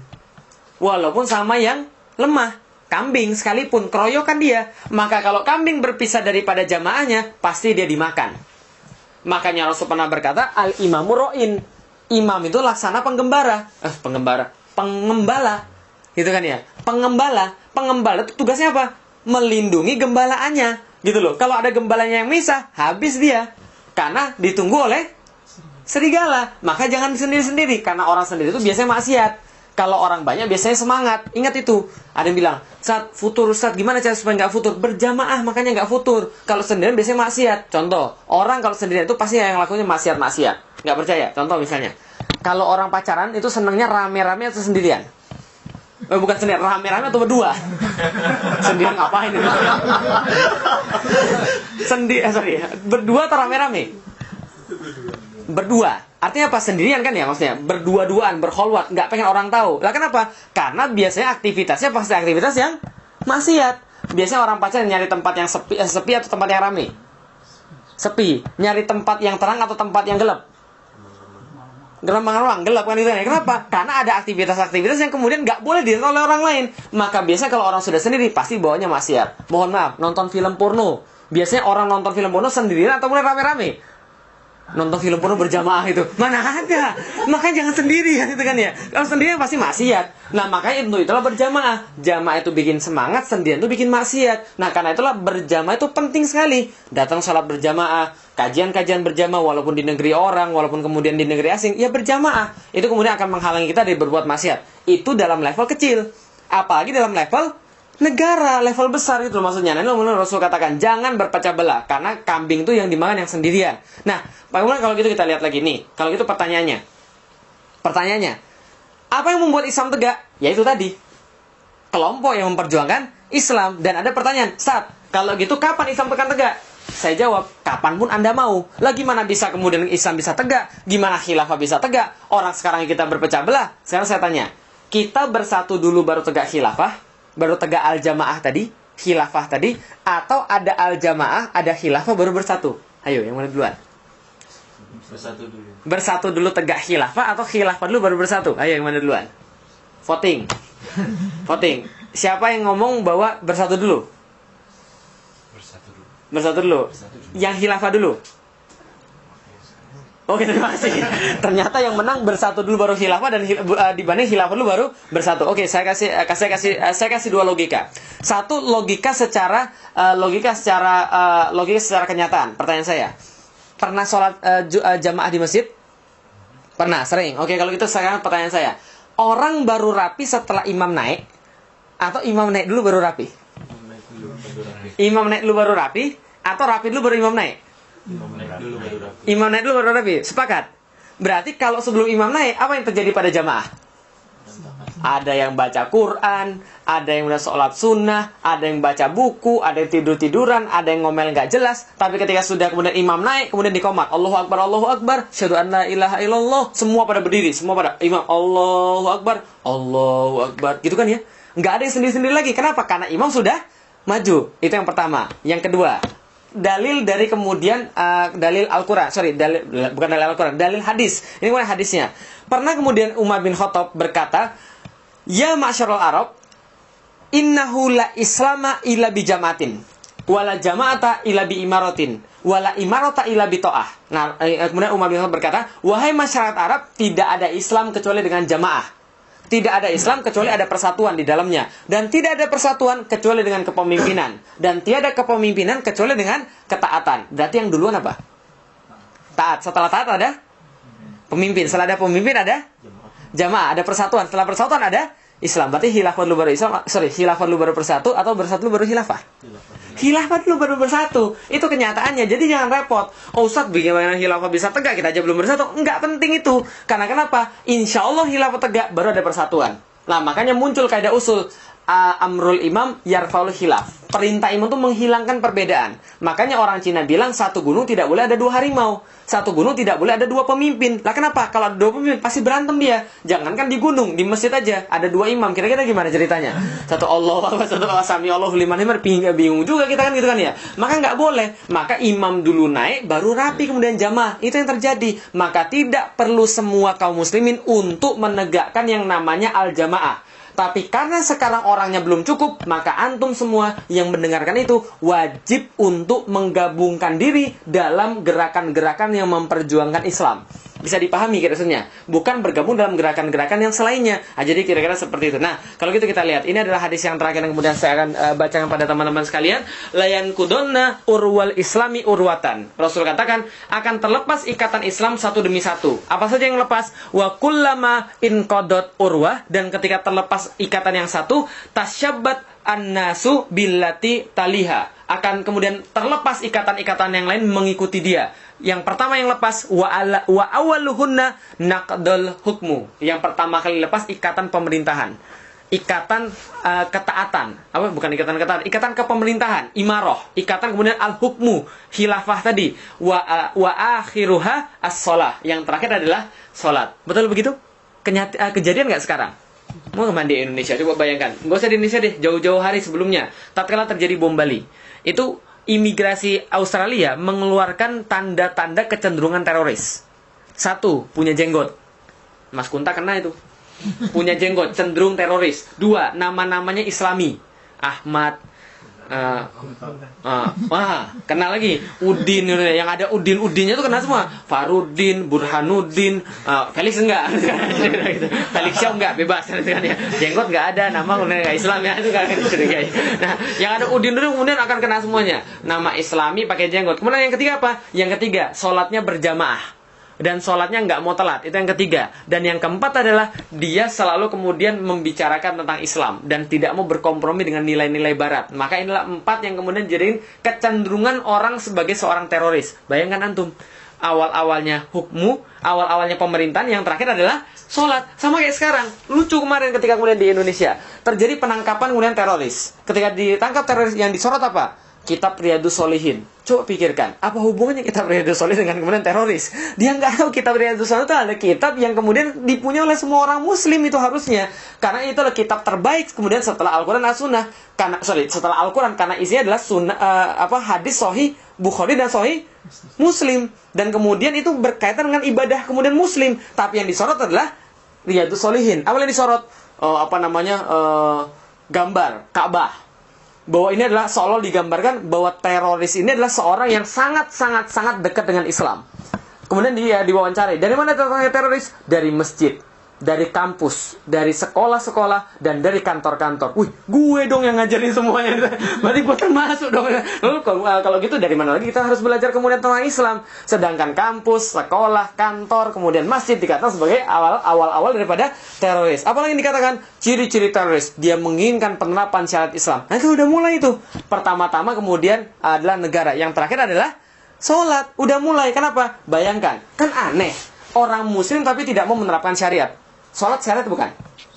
Syariat. Puasa syariat bukan? Syariat. Menghormati ibu syariat bukan? Lah kalau orang nggak mau syariat terus maunya apa kan itu kan ya? Dia mengaku muslim tapi nggak mau syariat kan aneh rasanya kan itu kan ya. Nah, tapi ini yang terjadi. Awal-awalnya pemerintahan, lama-lama Anda sholat akan dikatakan sebagai teroris. Nah, oleh karena itu adalah apa? Yang terakhir adalah bahwa yang namanya insya Allah khilafah ini adalah sesuatu yang nyata. Sesuatu yang pasti ada. Al-jamaah itu pasti akan terjadi. Karena orang muslim yang kemudian berada dalam masa-masa fitnah seperti ini, selama dia meyakini bahwa Allah pasti ada, maka dia harus berpegang teguh pada satu apa tadi? Ahlu sunnah. Pada sunnah Rasul dan sunnah para khalifah setelahnya. Yang kedua, dia harus berada dalam al-jamaah. Nah, itulah namanya khilafah. Yang sekarang nggak ada. Oleh karena itu, inilah perjuangan kita. Tidak aneh ketika ulama 4 mazhab, Maliki, Syafi'i, Hambali, dan Hanafi mengatakan fardu kifayah yang paling besar adalah penegakan khilafah. Karena mereka lah yang akan menjamin penerapan hukum Islam secara nyata dan secara holistik. Yang tanpa itu tidak mungkin terterapkan hukum Islam secara nyata dan holistik. Contoh, tahu gelodok? Tahu. Tempat apa tuh gelodok? Elektronik. Jual apa tuh? VCD. Elektronik, VCD. Berapa harganya? Oh, 5.000 ada distributor di rumahnya. 5.000 itu tahun berapa tuh? Sekarang 10.003. Oh, Ustaz lebih tahu. Jualan film porno. Dan kabarnya di gelodok itu jualan film porno 1 juta keping per hari. Coba bayangkan, diekspor ke seluruh Indonesia. Dan jadinya apa? Bogor kemarin, seorang anak diperkosa, anak 4 SD diperkosa kelas 5 SD, digilir 4 orang. Ketika kemudian ditangkap orangnya, dikatakan, kenapa memperkosa? Habis nonton film porno. Bayangkan, angkot pemerkosaan berapa kali terjadi di Jakarta? Habis nonton film porno. Polisi tahu nggak di gelodok jualan film porno? Tahu, nggak mungkin nggak tahu dia. Tapi ternyata apakah kemudian di situ kemudian diadakan sebuah tindakan? Tidak diadakan tindakan. Tahu Jakarta Islamic Center? Tahu tempat apa sebelum dibuat Jakarta Islamic Center? Prostitusi, keramat tunggak. Setelah dibuat Jakarta Islamic Center, apakah kemudian pelacurannya hilang? Nggak tahu. Pura-pura nggak tahu. Pelacuran hilang atau nggak kira-kira? Nggak. Pindah. Tahu nggak pindah kemana? Pindah ke Jalan Yos Sudarso. Jalan negara itu yang 20-an meter itu, yang kalau kita maju ke depan adalah Terminal Tanjung Priuk, sebelah kanan Jakarta International Container Terminal, sebelah kiri itu adalah etalase pelacur, teman-teman sekalian. Serius itu, Ustaz tahu banget sih, lewat saya di sana. bukan dakwah di sana. Habis ngisi di Jakarta Islamic Center itu lewat, kemudian saya malam-malam kaget saya, sebelah kiri saya etalase pelacur, cewek-cewek kemudian mangkal di sana berdiri nunggu, kemudian pelanggannya, belakangnya hotel one night stand, hotel short time, kemudian masuk ke dalam, kemudian keluar lagi, kemudian pergi lagi. Kira-kira polisi tahu nggak di situ ada pelacuran? Nggak mungkin nggak tahu. 500 meter di sana Polres Jakarta Utara. Tapi apakah ambil tindakan? Enggak. Artinya apa? Islam tidak bisa terterapkan secara total. Coba bayangkan lagi. Kalau Felix tidak sholat, yang dosa siapa? Felix nggak puasa, yang dosa siapa? Felix. Tapi kalau sana negara yang berbuat dosa, antum semua kena. Nggak percaya? Contoh, negara menerapkan riba, kita kena nggak dosanya? Oh sorry Ustaz, saya nggak pakai riba. Sorry banget nih, gue nggak pakai riba. Oke, Anda nggak pakai riba. Pernah di rumah bayar listrik telat terus dapat denda? Itu riba itu. Riba nasiah itu. Bayar PDAM telat terus kemudian dapat denda? Riba nasiah itu. Oh sorry Ustaz, saya nggak pernah telat. Oke, pernah menggunakan jasa perbankan? Oh pernah, jelas. Karena jasa perbankan adalah sekarang berbasis riba. Kata Rasul, minimal pada satu zaman orang akan terkena riba, minimal debu-debunya. Padahal Rasul katakan, dosa riba yang paling rendah seperti menzinahi ibu kandung sendiri. Nggak mungkin kemudian kita kebayang Islam tegak secara total, kita bebas daripada dosa secara total tanpa ada syariat Islam. Dan yang bisa menerapkan syariat hanyalah negara. Ustaz, kan nggak semuanya orang muslim. Jangan mikir begitu, mikirnya begini. Pada zaman Rasul itu juga bukan semua orang muslim, dan ternyata bisa ditegakkan. Paham ya maksud saya? Jadi Islam itu memang agama bukan untuk umat Islam aja, tapi untuk seluruh umat. Maka rahmatan lil alamin. Dan yang kedua, anggap saja begini, yang namanya Islam itu adalah kemudian aturan yang bersifat sipil. Selesai. Bisa dipahami ya maksud saya? Sekarang kita ini juga plural. Betul gitu? Pluralitas itu niscaya. Pluralisme itu najis. Bisa dipahami maksud saya? Pluralitas itu niscaya. Saya sipit, Anda enggak. Itu kan ya? Saya matanya sipit, Anda belok. Rambut saya lurus, ada yang keriting. Saya nggak punya jenggot, Anda punya jenggot. Itu pluralitas. Boleh. Saya cakep, Anda enggak. Nah, itu juga pluralitas. Ya, itu adalah niscaya. Gitu kan ya? Tapi kalau pluralisme itu enggak boleh. Najis. Kenapa? Karena pluralisme adalah paham yang menganggap semua agama sama. Sorry aja, saya nggak mau. Nah, artinya adalah apa? Ketika kemudian kita membahas tentang itu, membahas tentang hal-hal yang bersifat pluralisme dan lain-lain, ini harus hati-hati. Nah, kalau seandainya kemudian itu diterapkan, nggak mungkin diterapkan semuanya itu adalah halal tanpa adanya syariat. Gitu loh. Jadi syariatlah kemudian bisa menerapkan semuanya. Anggap aja begini deh. Kita semuanya adalah plural. Sekarang diterapkan sistem apa? Sistem Islam bukan? Bukan. Plural kita diterapkan bukan sistem Islam. Artinya apa? Kita terpaksa nanggung dosa. Yang kayak tadi coba bayangkan. Sedangkan kalau seandainya kita terapkan Islam, ada nggak yang rugi? Gini deh. Logika bodoh ya. Boleh ya? Logika bodoh ya. Logika bodohnya begini. Kalau Anda mau korbankan 15 atau korbankan 85, Anda korbankan 85 atau korbankan 18? Korbankan 18 atau korbankan 85? Apanya yang dikorbankan? Taruh gini, kita punya 100 ayam. 15 berpenyakit. Lebih baik kemudian bunuh 15 berpenyakit, bunuh 15 atau kemudian yang kemudian 85 mati? Bunuh 15. Logika bodohnya kan begitu. Contoh begini, kita 100% di Indonesia. 15% non-muslim, 85% muslim. Diterapkan aturan non-muslim, diterapkan aturan yang bukan Islam sekarang. Artinya apa? 85% dosa, 15% tetap dosa juga. Gitu kan ya. Nah, sekarang kalau kita terapkan Islam nih, 15% merasa nggak enak. Yang 85 selamat, 15 dosa, 85% selamat. Dibandingkan 85% dosa, yang 15 dosa, mendingan mana? Mendingan terapkan Islam. Logika bodohnya kan begitu. Tapi logika pintarnya, ketika diterapkan Islam, orang non-muslim pun akan sejahtera.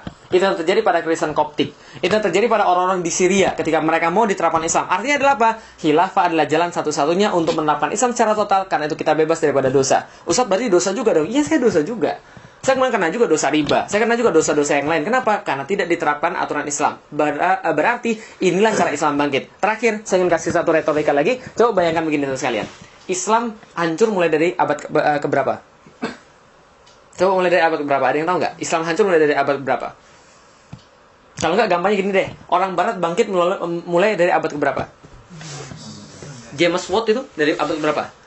17. Ya, 17 Barat mulai bangkit. Itulah awal kehancuran Islam. Sama. Jadi Barat bangkit, Islam hancur itu sama. Nah, puncaknya Islam hancur tahun 1924. Saat itulah dimulai seluruh masalah. Jadi kalau Anda trace secara sejarah, coba trace secara sejarah, seluruh masalah kaum muslimin, termasuk Palestina, termasuk kemudian Rohingya, termasuk kemudian negeri-negeri yang lain, mulai ketika tidak ada khilafah. Ketika tidak ada kemudian al-jamaah ini, mulai hancur semuanya. Nah, coba kita bayangkan. Anggaplah tahun 1900 kemudian kita nggak ada lagi khilafah. Sekarang dari tahun 1900 ke tahun 2012, udah berapa tahun kira-kira? 100 tahun. 100 tahun lebih. 100 tahun orang cari apa solusi membangkitkan Islam. Dan mereka nggak dapat. Semua cara sudah dicoba dan mereka tidak berhasil. Ada satu cara belum dicoba dan ternyata sudah berhasil.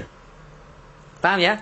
Cara ekonomi dicoba, akhlak dicoba, nyogok dicoba, maling dicoba, nggak berhasil semuanya. Gitu kan ya? Cuma ada satu cara yang belum dicoba. Tegakkan lagi sistem Islam yang sudah pernah berhasil selama 1300 tahun.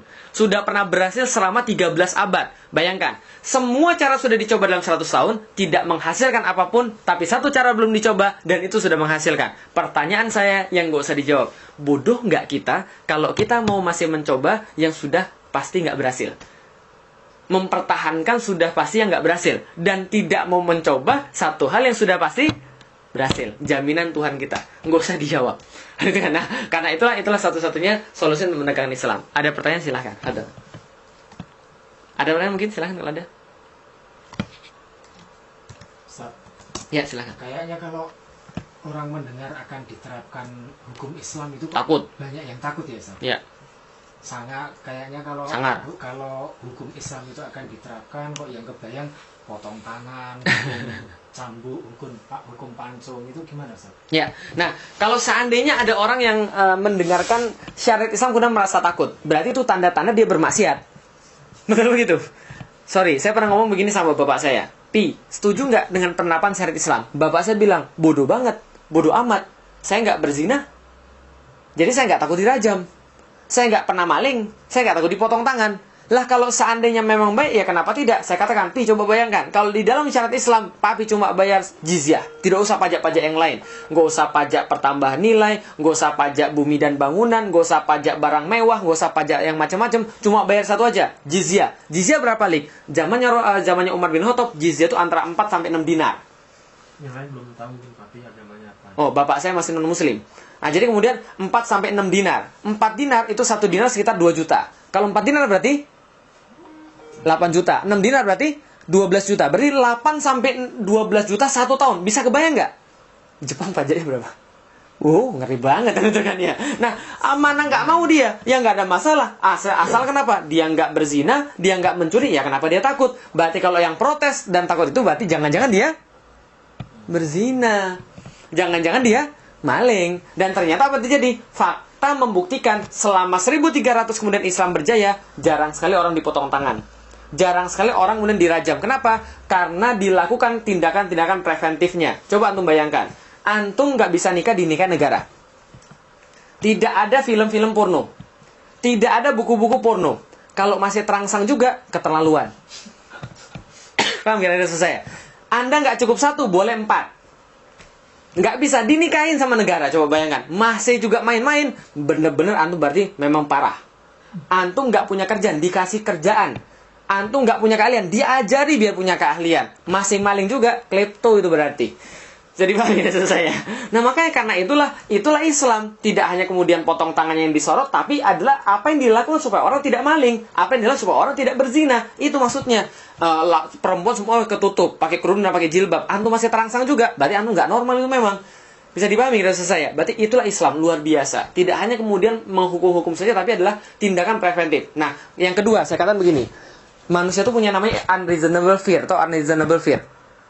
Ketakutan yang dia tidak beralasan. Contoh, ada yang berkata pada saya ini, Ustaz, saya mau nikah Ustaz, tapi takut nanti saya miskin gimana? Saya bilang sama dia, sudah terjadi belum nikah lalu miskin? Belum. Nikah lalu miskin belum terjadi. Yang sudah terjadi apa? Lo belum nikah dan lo miskin.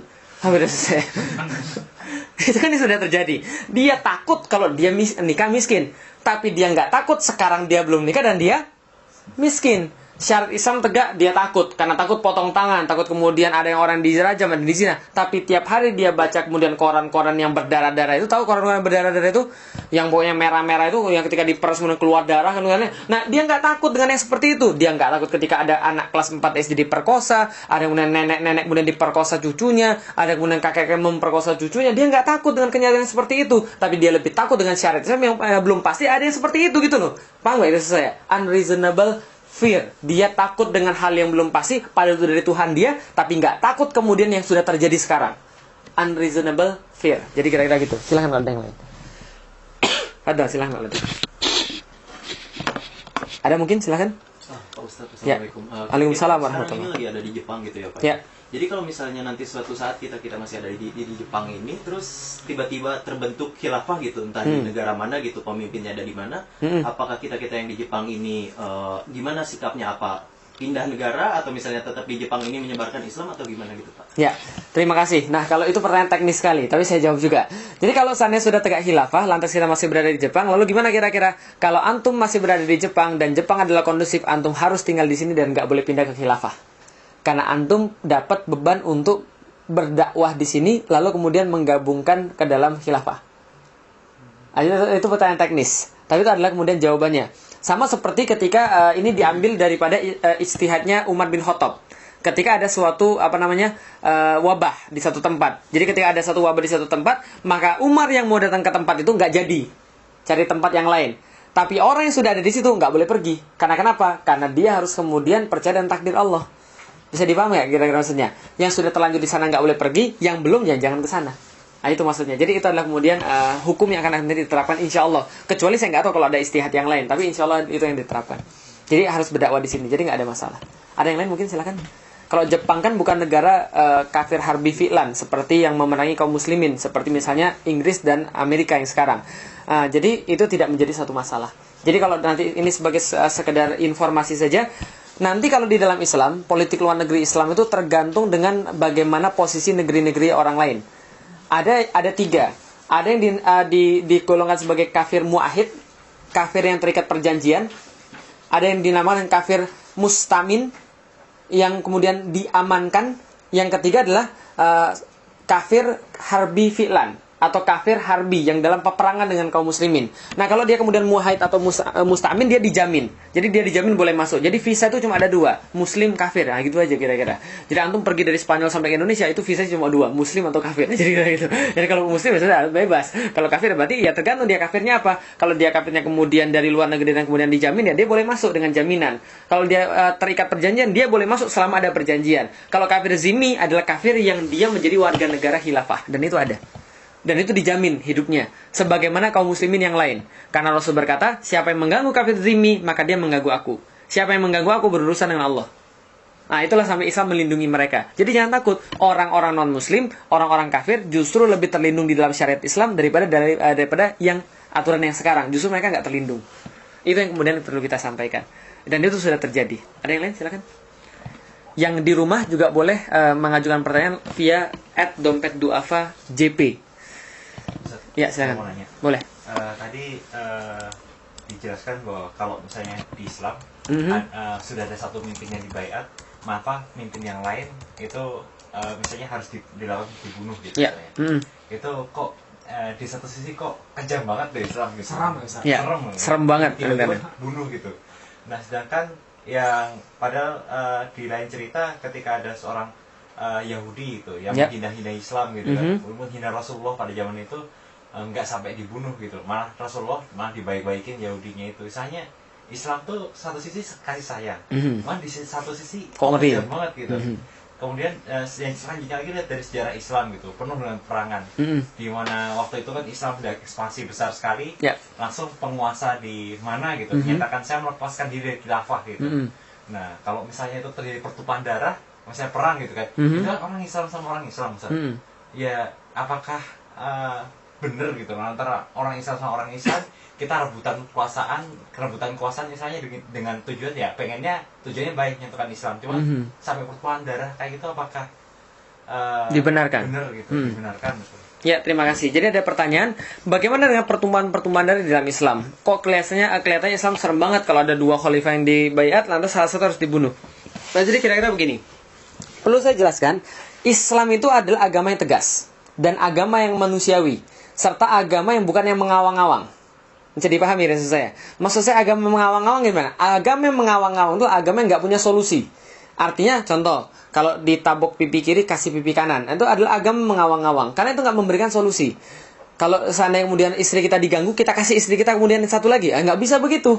Artinya apa? Islam itu adalah agama yang kemudian realistis. Ketika memang kita tidak dicarikan masalah, kita tidak cari masalah. Tapi kalau kemudian kita diberikan masalah, kita selesaikan masalah. Itulah kemudian Islam. Islam memberikan sebuah solusi. Kalau seandainya kemudian istri kita diganggu, kita bela harus istri kita. Kan begitu kan ya? Nggak, kemudian istri, oh bang saya diganggu bang sama ini, nih saya kasih semuanya, jangan dikit-dikit aja ganggunya, saya kasih semuanya. Nggak begitu. Tampar pipi kiri, ini pipi kanan sekalian. Nggak perlu begitu. Nah kenapa? Karena Islam itu bukan agama yang seperti itu. Islam adalah agama yang realistis. Dia memecahkan masalah. Oke, kita bicara tentang kepemimpinan. Coba antum bayangkan. Seandainya ada satu pemimpin di antara kaum muslimin, itu adalah kenapa Rasul mengatakan bahwa ketika dibayat dua pemimpin, bunuhlah yang terakhir. Karena ini penting banget. Ini sebuah pertanda bahwa Rasul nggak pernah main-main dalam urusan kepemimpinan. Maka sahabat sampai menunda pemakaman Rasul 3 hari gara-gara mencari pemimpin. Bayangkan, di dalam Islam salah satu yang harus didahulukan adalah menguburkan mayat. Apalagi mayat seorang Rasul, Nabi. Tapi hatta mayat seorang Rasul dan Nabi dimakamkan 3 hari kemudian. Karena para sahabat tahu bahwa memilih pemimpin jauh lebih penting. Mereka paling tahu. Mereka tidak mungkin maksiat. Mereka paling tahu tentang contoh Rasulullah. Bahwa lebih penting memilih pemimpin daripada menguburkan bahkan jenazah Rasulullah. Setelah 3 hari kemudian 3 hari kemudian terpilih, baru kemudian Rasul kemudian dimakamkan. Artinya apa? Pentingnya memilih pemimpin. Kalau pemimpinnya sudah terpilih, lantas ada yang mau makar, kira-kira terjadi apa? Lebih parah lagi, perang saudara, kemudian lebih banyak lagi kemudian yang kemudian hancur, lebih banyak lagi yang terbunuh. Oleh karena itu Rasul katakan jangan sampai ada 2 pemimpin, ada yang coba-coba langsung kemudian dihabisi. Lah kenapa? Karena ini bakal menyebabkan pertempuran yang lebih besar lagi. Nah, pertanyaan kedua, kalau gitu kejam dong kita ngajak orang perang terus selama kemudian kita lihat sejarah Islam. Oke, Islam memang benar adalah satu-satunya agama yang boleh perang dan saya bangga dengan itu. Nah, kenapa bangga? Sini saya ceritain. Ini cerita nyata. Suatu hari saya pernah ketemu dengan pelatih Aikido dari Indonesia. Yang dia juga melatih pasukan pas pampres. Jadi nggak usah diragukan lah kehebatnya kayak apa. Antum belum nyentuh dia aja antum udah jatuh gitu kan ya. Ini serius nih. Saya lihat sendiri, belum nyentuh udah jatuh gitu kan ya. Nah, suatu hari kemudian dia datang ke Jepang, ketemu dengan Grand Masternya, Grand Sensei-nya. Nah, kemudian Grand Sensei-nya dibilang kepada dia, saya salut dengan Islam. Lah kenapa dia salut dengan Islam? Karena Islam sama seperti semangat orang-orang Jepang, semangat Bushido. Maksudnya apa? Karena orang-orang Islam adalah satu-satunya agama mereka diajari dengan Islam yang satu-satunya agama yang memperbolehkan perang. Tidak ada satupun agama yang lain yang saya lihat dan saya dengar boleh perang kecuali Islam. Lebih kemudian kaget lagi kemudian yang pelatih Aikido nih. Loh, kok malah bangga dengan Islam? Loh, kok malah aneh dengan Islam? Karena Islam satu-satunya yang ngajarin perang. Loh, kenapa malah kemudian merasa hormat dengan Islam? Dia katakan, Islam satu-satunya agama yang mengajarkan perang. Karena itulah susah perang dalam Islam. Karena itulah ada aturan di dalam perang. Sedangkan agama lain tidak ada aturan dalam perang. Karena itu perangnya brutal. Dan fakta menunjukkan, silakan cari di internet, dimanapun, cari korban-korban perang, war victims, atau cari kemudian hitungan victim perang atau kemudian korban perang. Anda akan dapat bahwa dalam sejarah dunia yang tercatat sampai saat ini bukan orang Islam yang menghabiskan banyak nyawa, tapi orang-orang yang ngaku agamanya kemudian adalah agama damai. Agamanya kemudian agama yang penuh dengan cinta dan sebagainya, itulah yang justru menghabiskan nyawa paling banyak di dunia. Salah satunya siapa? Amerika.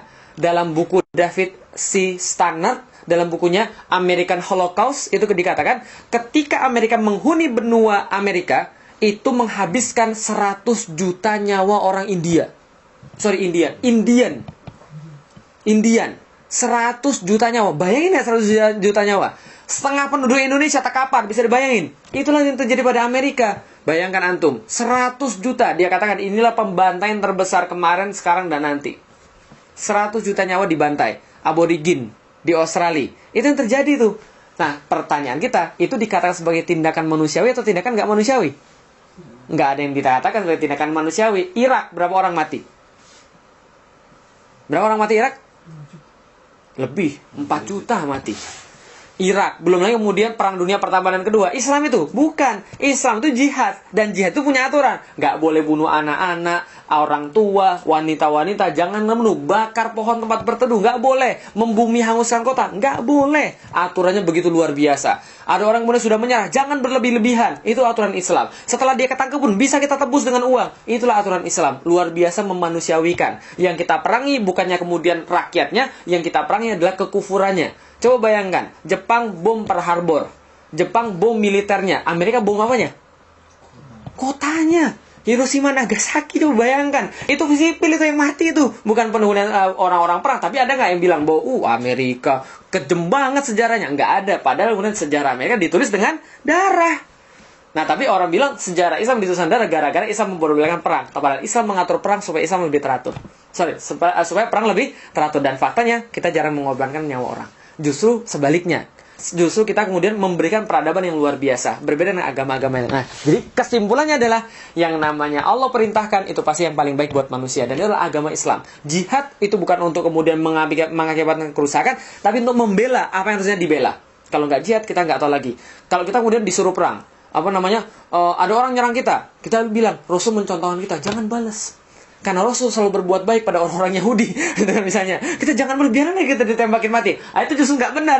Kita nggak membela istri kita, nggak membela anak kita. Itu nggak boleh. Lah, faktanya Rasul ketika dihina, beliau nggak balas. Betul. Karena beliau secara pribadi, nggak pernah beliau marah kalau beliau dihina. Tapi sebagai umatnya, wajib kita marah kalau beliau dihina. Ingat baik-baik. Wajib kita marah ketika beliau dihina. Dan ingat baik-baik, satu masa ada seorang istri yang menghina Rasulullah, kemudian langsung dikapak mati oleh suaminya, dan dikatakan oleh Rasulullah, dan Rasul diam. Takrir Rasul, diamnya Rasul, mengatakan oleh para ulama akhirnya menyimpulkan hukuman mati pada orang yang menghina Nabi itu adalah halal. Ya, jadi itu bukan kata Felix, tapi kata ulama. Ya seperti itu memang yang terjadi. Gitulah. Nah, jadi kira-kira seperti itu. Oke, ada yang lain? Silahkan. Silahkan, boleh. Ini antara satu hal yang praktis sama hal yang agak jelimet gitu, Ustaz. Ya. Jadi tadi kan bilang bahwa kalau emang hukumannya tadi kan dibunuh kan. Tapi apakah semerta-merta ketika ada satu pimpin yang baiat, pimpin yang kedua dibunuh gitu? Kalau misalnya gitu ya, kalau dalam ajaran Islam ya, saya bisa aja kan komplotan gitu kan.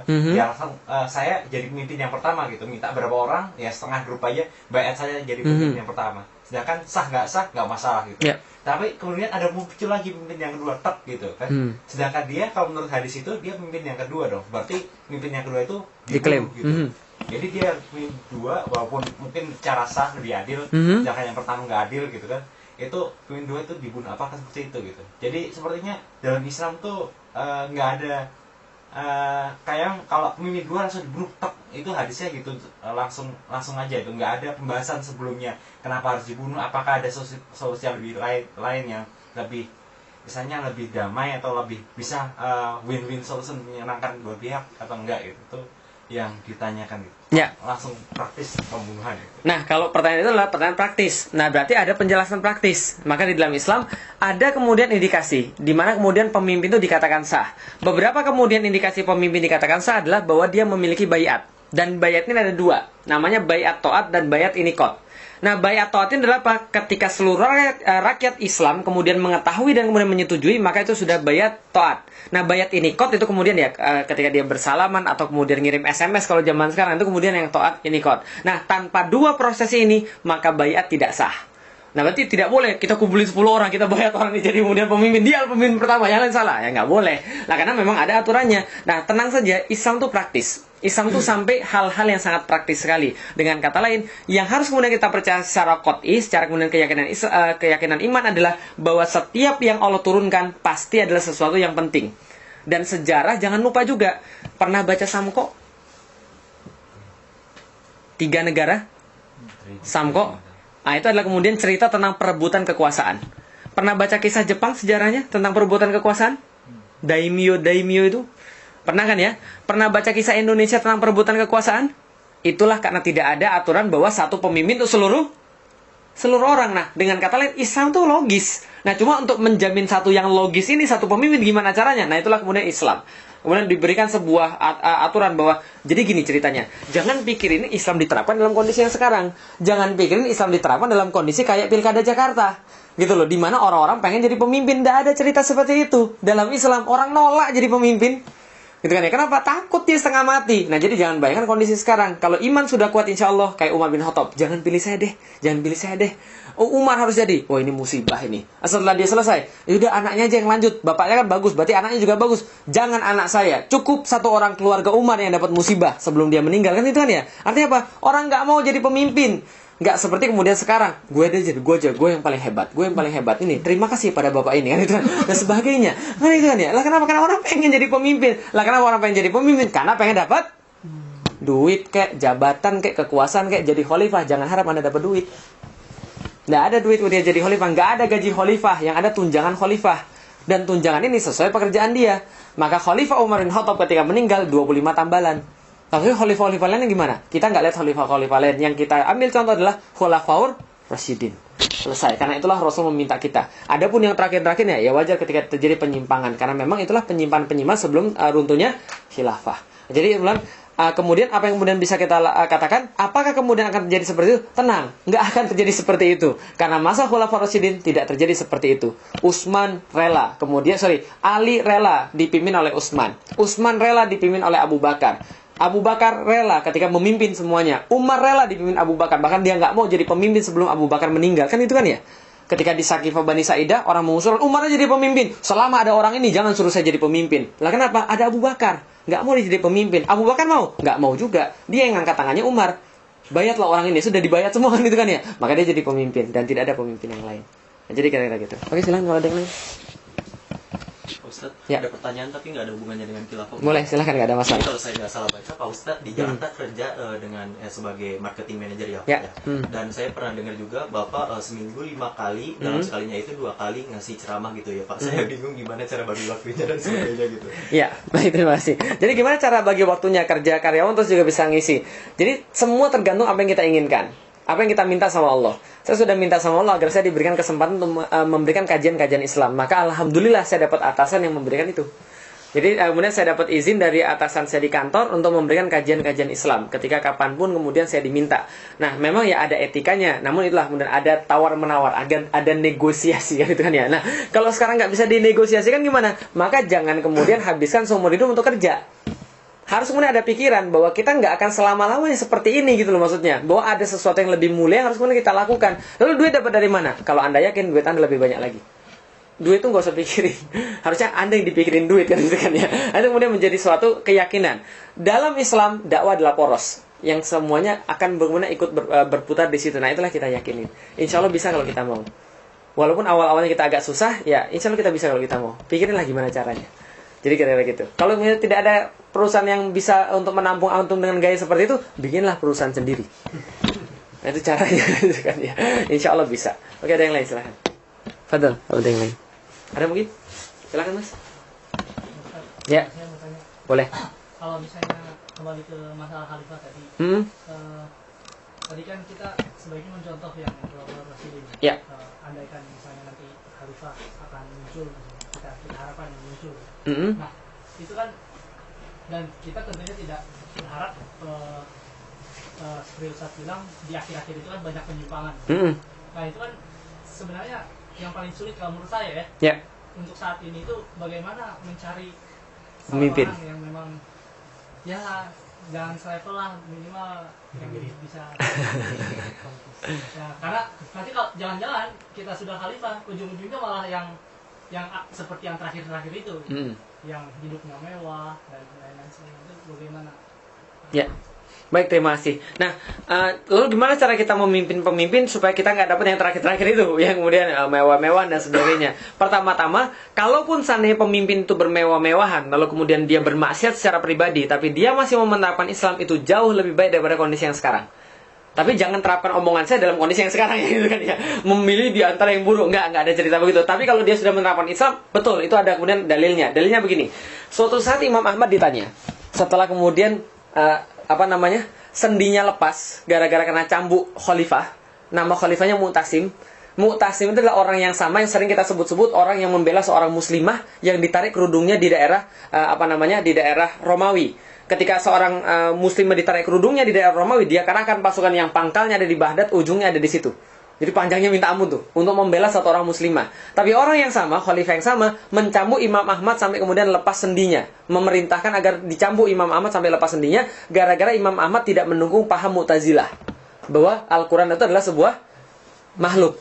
Nah, jadi ketika kemudian Imam Ahmad kemudian pasca daripada siksaan itu kemudian ditanya, manakah yang lebih baik, pemimpin kuat tapi dia zolim, atau pemimpin yang lemah tapi dia ibadahnya kuat? Imam Ahmad menjawab, mendingan yang dia zolim tapi dia menerapkan syariat Islam. Loh, kenapa bisa begitu? Imam Ahmad memberikan alasan yang Anda pikir pasti masuk akal. Ini alasannya. Orang yang dia zolim secara pribadi, maka kezolimannya dia tanggung sendiri pada Allah. Sedangkan kekuatannya untuk melindungi kaum muslimin.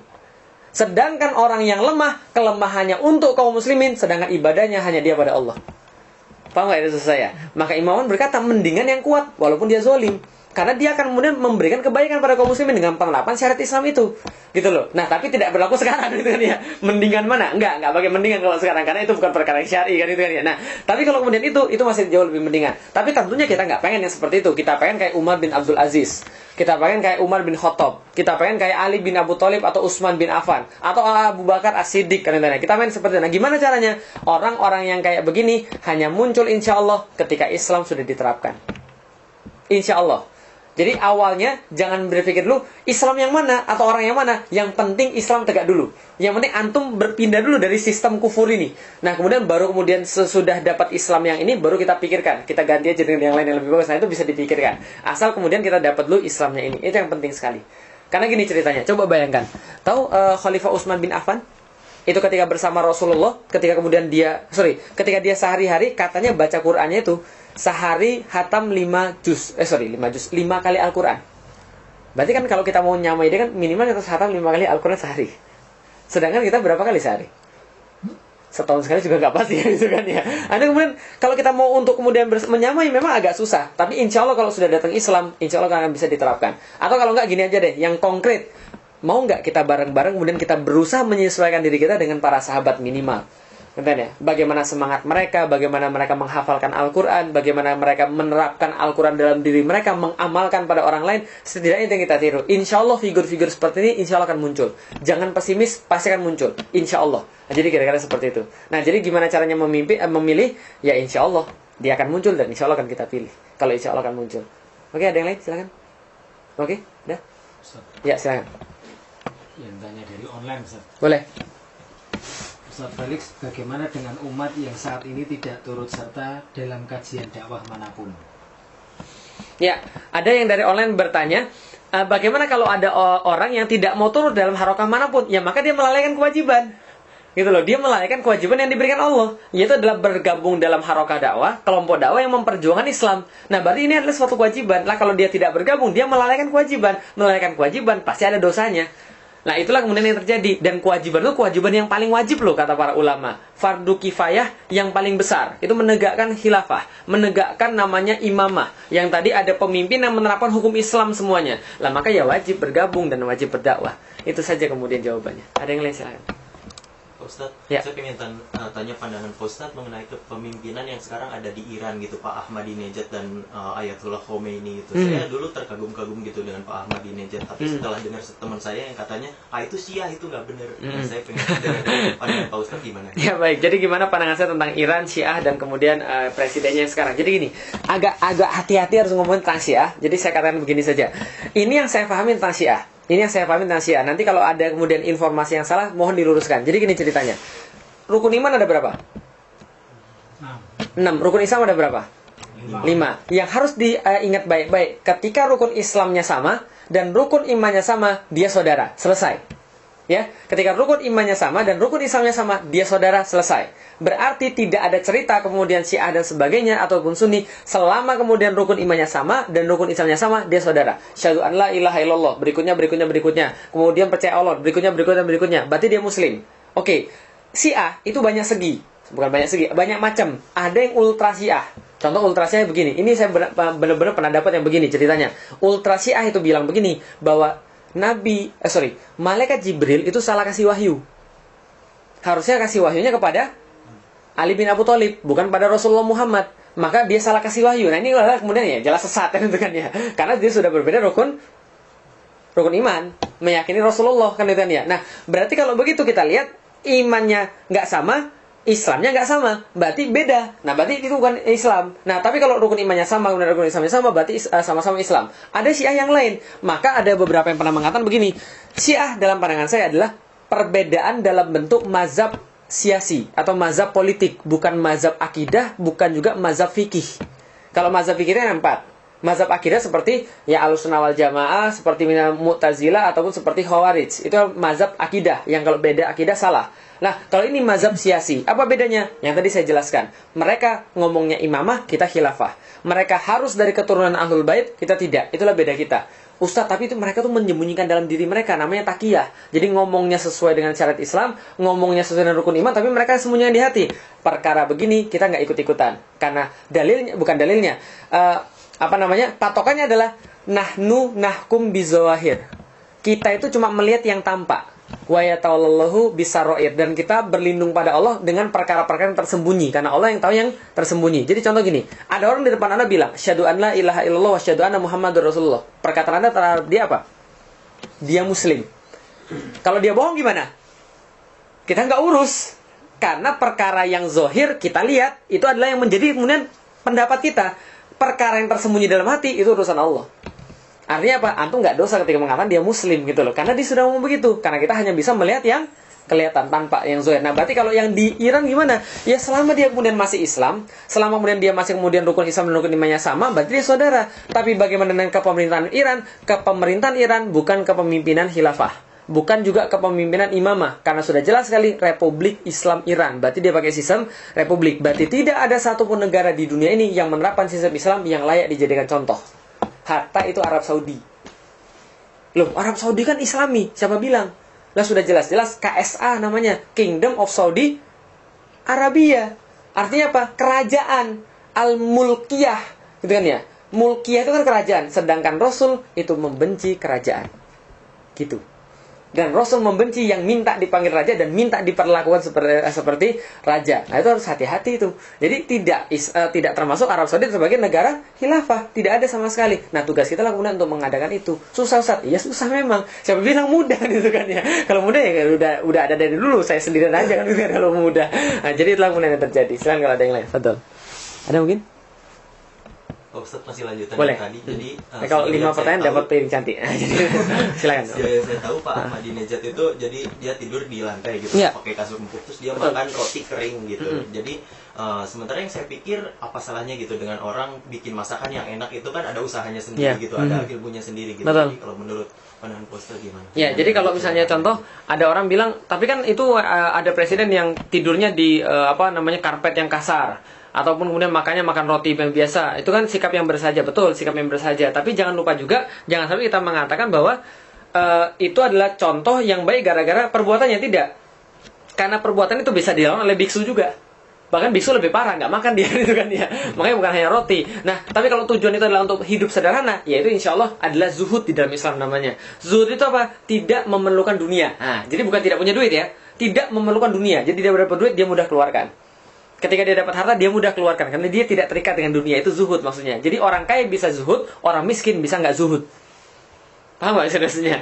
Orang kaya bisa zuhud, orang miskin bisa nggak zuhud. Kalau dia minta-minta terus, gitu kan ya. Minta-minta supaya kaya terus, kemudian senang dengan kemudian kaya, senang dengan harta dan sebagainya. Nah, artinya salah nggak kalau seperti itu? Nggak salah. Salah nggak kalau kita makan enak? Nggak salah juga. Berarti yang salah apa? Yang salah adalah makan enak nggak ingat Allah dan makan nggak enak nggak ingat Allah. Nah itu yang salah. Pakai otak kiri atau otak kanan? Pakailah. Asal Anda pakai otak, jangan nggak pakai otak. Nah itu kemudian yang harus kita lakukan. Bahwa Islam itu boleh kaya, boleh miskin. Yang nggak boleh orang kaya bilang miskin itu dilarang. Nah itu nggak boleh. Kaya itu wajib. Nah itu nggak boleh. Nah kenapa kalau kaya itu wajib? Berarti miskin haram dong. Nah ini nggak boleh. Nah jadi Islam itu boleh orang kaya, boleh orang miskin. Kaya punya porsi pahala, miskin punya porsi pahala. Maka saya sering katakan, kadang-kadang kita menyuruh orang agar kaya-kaya melulu, dan kita nggak memaklumi orang yang miskin. Padahal kadang-kadang miskin bisa punya dapat banyak pahala. Ada Rasul pernah berdoa satu hari, yang doa ini tidak pernah didoakan oleh seluruh kaum muslimin. Padahal seluruh muslim doa terus dengan doa-doa Rasul. Tapi ada satu doa yang nggak pernah dicontoh. Apa doa Rasul? Ya Allah, berikanlah aku sebuah kehidupan yang miskin, dan matikanlah dengan orang miskin, dan hidupkanlah aku di surga berdampingan dengan orang-orang yang miskin. Coba, berani nggak berdoa kayak gitu? Gak berani kan ya? Apakah ada doa yang begitu gitu maksudnya? Artinya apa? Miskin itu tidak haram maksudnya gitu loh maksudnya. Jadi miskin ada keuntungan, kaya ada keuntungan. Kaya bisa sedekah, miskin pun bisa sedekah. Kaya ada pertanggungjawabannya, miskin pun ada pertanggungjawabannya. Tapi pertanggungjawaban orang kaya lebih panjang itu aja gitu kan ya. Pertanggungjawaban orang miskin lebih pendek. Tapi kalau dia panjang pertanggungjawabannya sedekah melulu kan gitu kan, atau kemudian membantu orang melulu, hebat, mantap. Kayak Abdurrahman bin Auf kan gitu kan ya. Lah kalau kemudian sudah miskin pula, malas sholat pula, nggak mau sedekah pula, ya matilah dia. Jadi paham ya saya. Jadi miskin dan kaya itu bukan masalah. Yang masalah Anda gunakan untuk apa tuh miskin dan kaya. Nah itulah kemudian dalam Islam. Silakan. Jadi nggak salah. Anda tidur di spring bed, Anda makan kemudian makanan enak, nggak ada masalah. Insya Allah itulah bagian daripada rezeki yang harus kemudian disyukuri. Makan makanan enak, alhamdulillah dapat pahala. Jadi orang miskin makan makanan yang nggak enak, ngurutuk pula. Dapatlah dia dosa itu kan ya. Itu kemudian menjadi masalah. Oke, ada yang lain silakan. Ustaz, dari pertanyaan online lagi Ustaz. Boleh silakan. Quran surat 7 ayat 164 adalah alasan kita berdakwah utamanya sebagai pelepas tanggung jawab kita terhadap Allah, baru kemudian agar orang-orang bertakwa. Ya. Betul atau tidak? Ayat 7 164. Quran surat 7 ayat 164. Dan ingatlah ketika suatu umat di antara mereka berkata, mengapa kamu menasihati kaum yang Allah akan membinasakan mereka atau mengazab mereka dengan azab yang amat keras? Mereka menjawab, agar kami punya alasan pelepas tanggung jawab pada Tuhanmu dan supaya mereka bertakwa. Betul, jadi seperti itulah. Jadi gini ceritanya. Dakwah di dalam Islam adalah suatu kewajiban, bukan sebuah profesi, bukan sebuah pekerjaan. Artinya suatu kewajiban. Artinya nggak ada orang pun yang mau mendengarkan Anda harus tetap berdakwah. Walaupun dia ngeludahi kita harus tetap berdakwah. Kenapa? Itu adalah kemudian kewajiban kita. Artinya apa? Allah akan tanya kita, kamu dakwah atau enggak? Jadi kira-kira begitu maksudnya. Lah kalau kita dakwah kita akan ditanya, kita nggak dakwah pun akan ditanya. Artinya apa? Ya pelepas tanggung jawab. Walaupun kita sudah tahu dia akan diazab, ya tetap aja kita dakwahi. Karena kenapa? Kita nggak tahu siapa yang akan diazab dan siapa yang nggak akan diazab. Yang jelas adalah, walaupun kemudian Allah katakan prasangka kita kayaknya dia nggak menerima nih, tetap aja harus berdakwah. Siapa tahu, itulah. Nah, kalaupun dia pun nggak masuk Islam pun, setidaknya kita sudah menyampaikan. Nah, itulah kemudian maksudnya. Fadal. Ada mungkin? Ustaz, tentang berjamaah tadi Ustaz. Boleh. Kalau di Jepang ini kan kalau sendirian ya memang gampang untuk bikin maksiat terus. Ya. Nah untuk berjamaah ini kan kita sering nih diajak, yuk kita ke sana, yuk kita ikut pengajian ini, pengajian itu, kemudian ikut ke kelompok ini, kelompok itu gitu ya, meskipun tidak kelihatan sebagai bendera apa gitu. Tapi menurut Ustadz Felix, tipsnya kira-kira yang akan kita pilih sebaiknya yang mana Ustaz? Ya. Gimana kalau misalnya kita ikut ke semuanya? Gitu? Kelompok mana kan yang akan kita pilih? Bolehkah kita ikut semuanya? Jawabannya adalah konsentrasilah pada satu kelompok. Kelompok yang mana terserah. Sudah saya katakan, kelompok asal kemudian dia menyeru pada Islam, terikat dengan Al-Quran dan As-Sunnah, dan beramar ma'ruf nahi munkar, itulah kemudian harus kita gabungkan. Kelompok yang mana? Kan takut nanti sesat. Kelompok Harokah Islam itu kayak nasi goreng. Nggak akan pernah bisa kita tahu rasanya sebelum kita nyicipin. Kalaupun cerita orang belum tentu benar. Yang jelas nggak akan ada yang sesat. Yang sesat siapa? Yang beda rukun iman dan rukun Islam. Selama-sama itu sama-sama saja. Banyak di antara umat muslim yang kemudian punya harokah. Dan harokah-harokah itu insya Allah semuanya benar. Karena mereka sama-sama memperjuangkan Islam. Nah, perkara kemudian sudah efektif, itu sudah pasti semuanya efektif. Nah, perkara Anda pikirkan yang mana yang efisien. Nah, itulah tugas Anda. Ya sudah terserah. Yang manapun, yang jelas yang masuk surga nggak hanya satu kelompok. Paham nggak kira-kira saya? Nggak hanya satu kelompok. Dan ingat, ketika nanti di hari akhir Allah nggak akan panggil, oke, kelompok A sini semuanya, nggak begitu. Tapi akan ditanya, Felix sini, gitu kan ya, Fauzan sini, kan gitu kan ya. Kemudian Mas Kunta sini, kan gitu kan ya. Akan seperti itu satu-satu dipanggilnya, bukan per kelompok. Ini sini kelompok ini nggak begitu, kelompok ini sini nggak begitu, semuanya masuk surga kelompok ini nggak begitu ceritanya. Yang dia ada satu persatu diambil. Yang Allah tanyakan, sudah melakukan kewajiban berdakwah sama jamaah belum? Alhamdulillah sudah. Ini ditanya, jamaahmu yang mana? Oh, jamaah sejil. Itu baru ditanya lagi, itu menjadi masalah itu. Jadi jangan kemudian takut, sudah gabung saja nggak ada masalah kan ya. Itu mumpung kemudian kita masih hidup di dunia, kumpulkanlah pahala sebanyak-banyaknya dan cukup satu saja, jangan banyak-banyak. Kenapa? Satu aja belum tentu maksimal, apalagi banyak-banyak gitu kan ya. Jadi kira-kira begitu. Terima kasih. Nah, kita selesaikan sampai di sini. Mohon maaf kalau ada kesalahan. Kalau ada yang baik hanya berasal dari Allah. Insya Allah kita akan lanjutkan kapan-kapan. Nanti kalau misalnya kita kurang materi di sini, kita bisa sambung di tanah air dengan kemudian teknologi-teknologi sekarang. Saya terima kasih pada yang sudah gabung di rumah dan terima kasih pada yang sudah hadir di sini.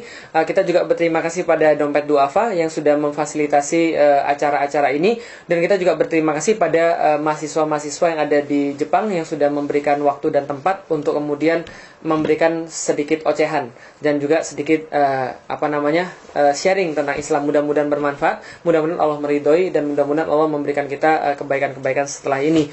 Materi-materi insya Allah tetap akan dibagikan lewat email ataupun lewat apa terserah, nanti insya Allah akan saya bagikan. Film nanti insya Allah juga akan diupload, mudah-mudahan nanti menjadi sebuah manfaat bagi kita semua. Terima kasih. Kalau ada yang salah saya mohon maaf, yang baik hanya berasal dari Allah. Assalamualaikum warahmatullahi wabarakatuh. Waalaikumsalam warahmatullahi wabarakatuh.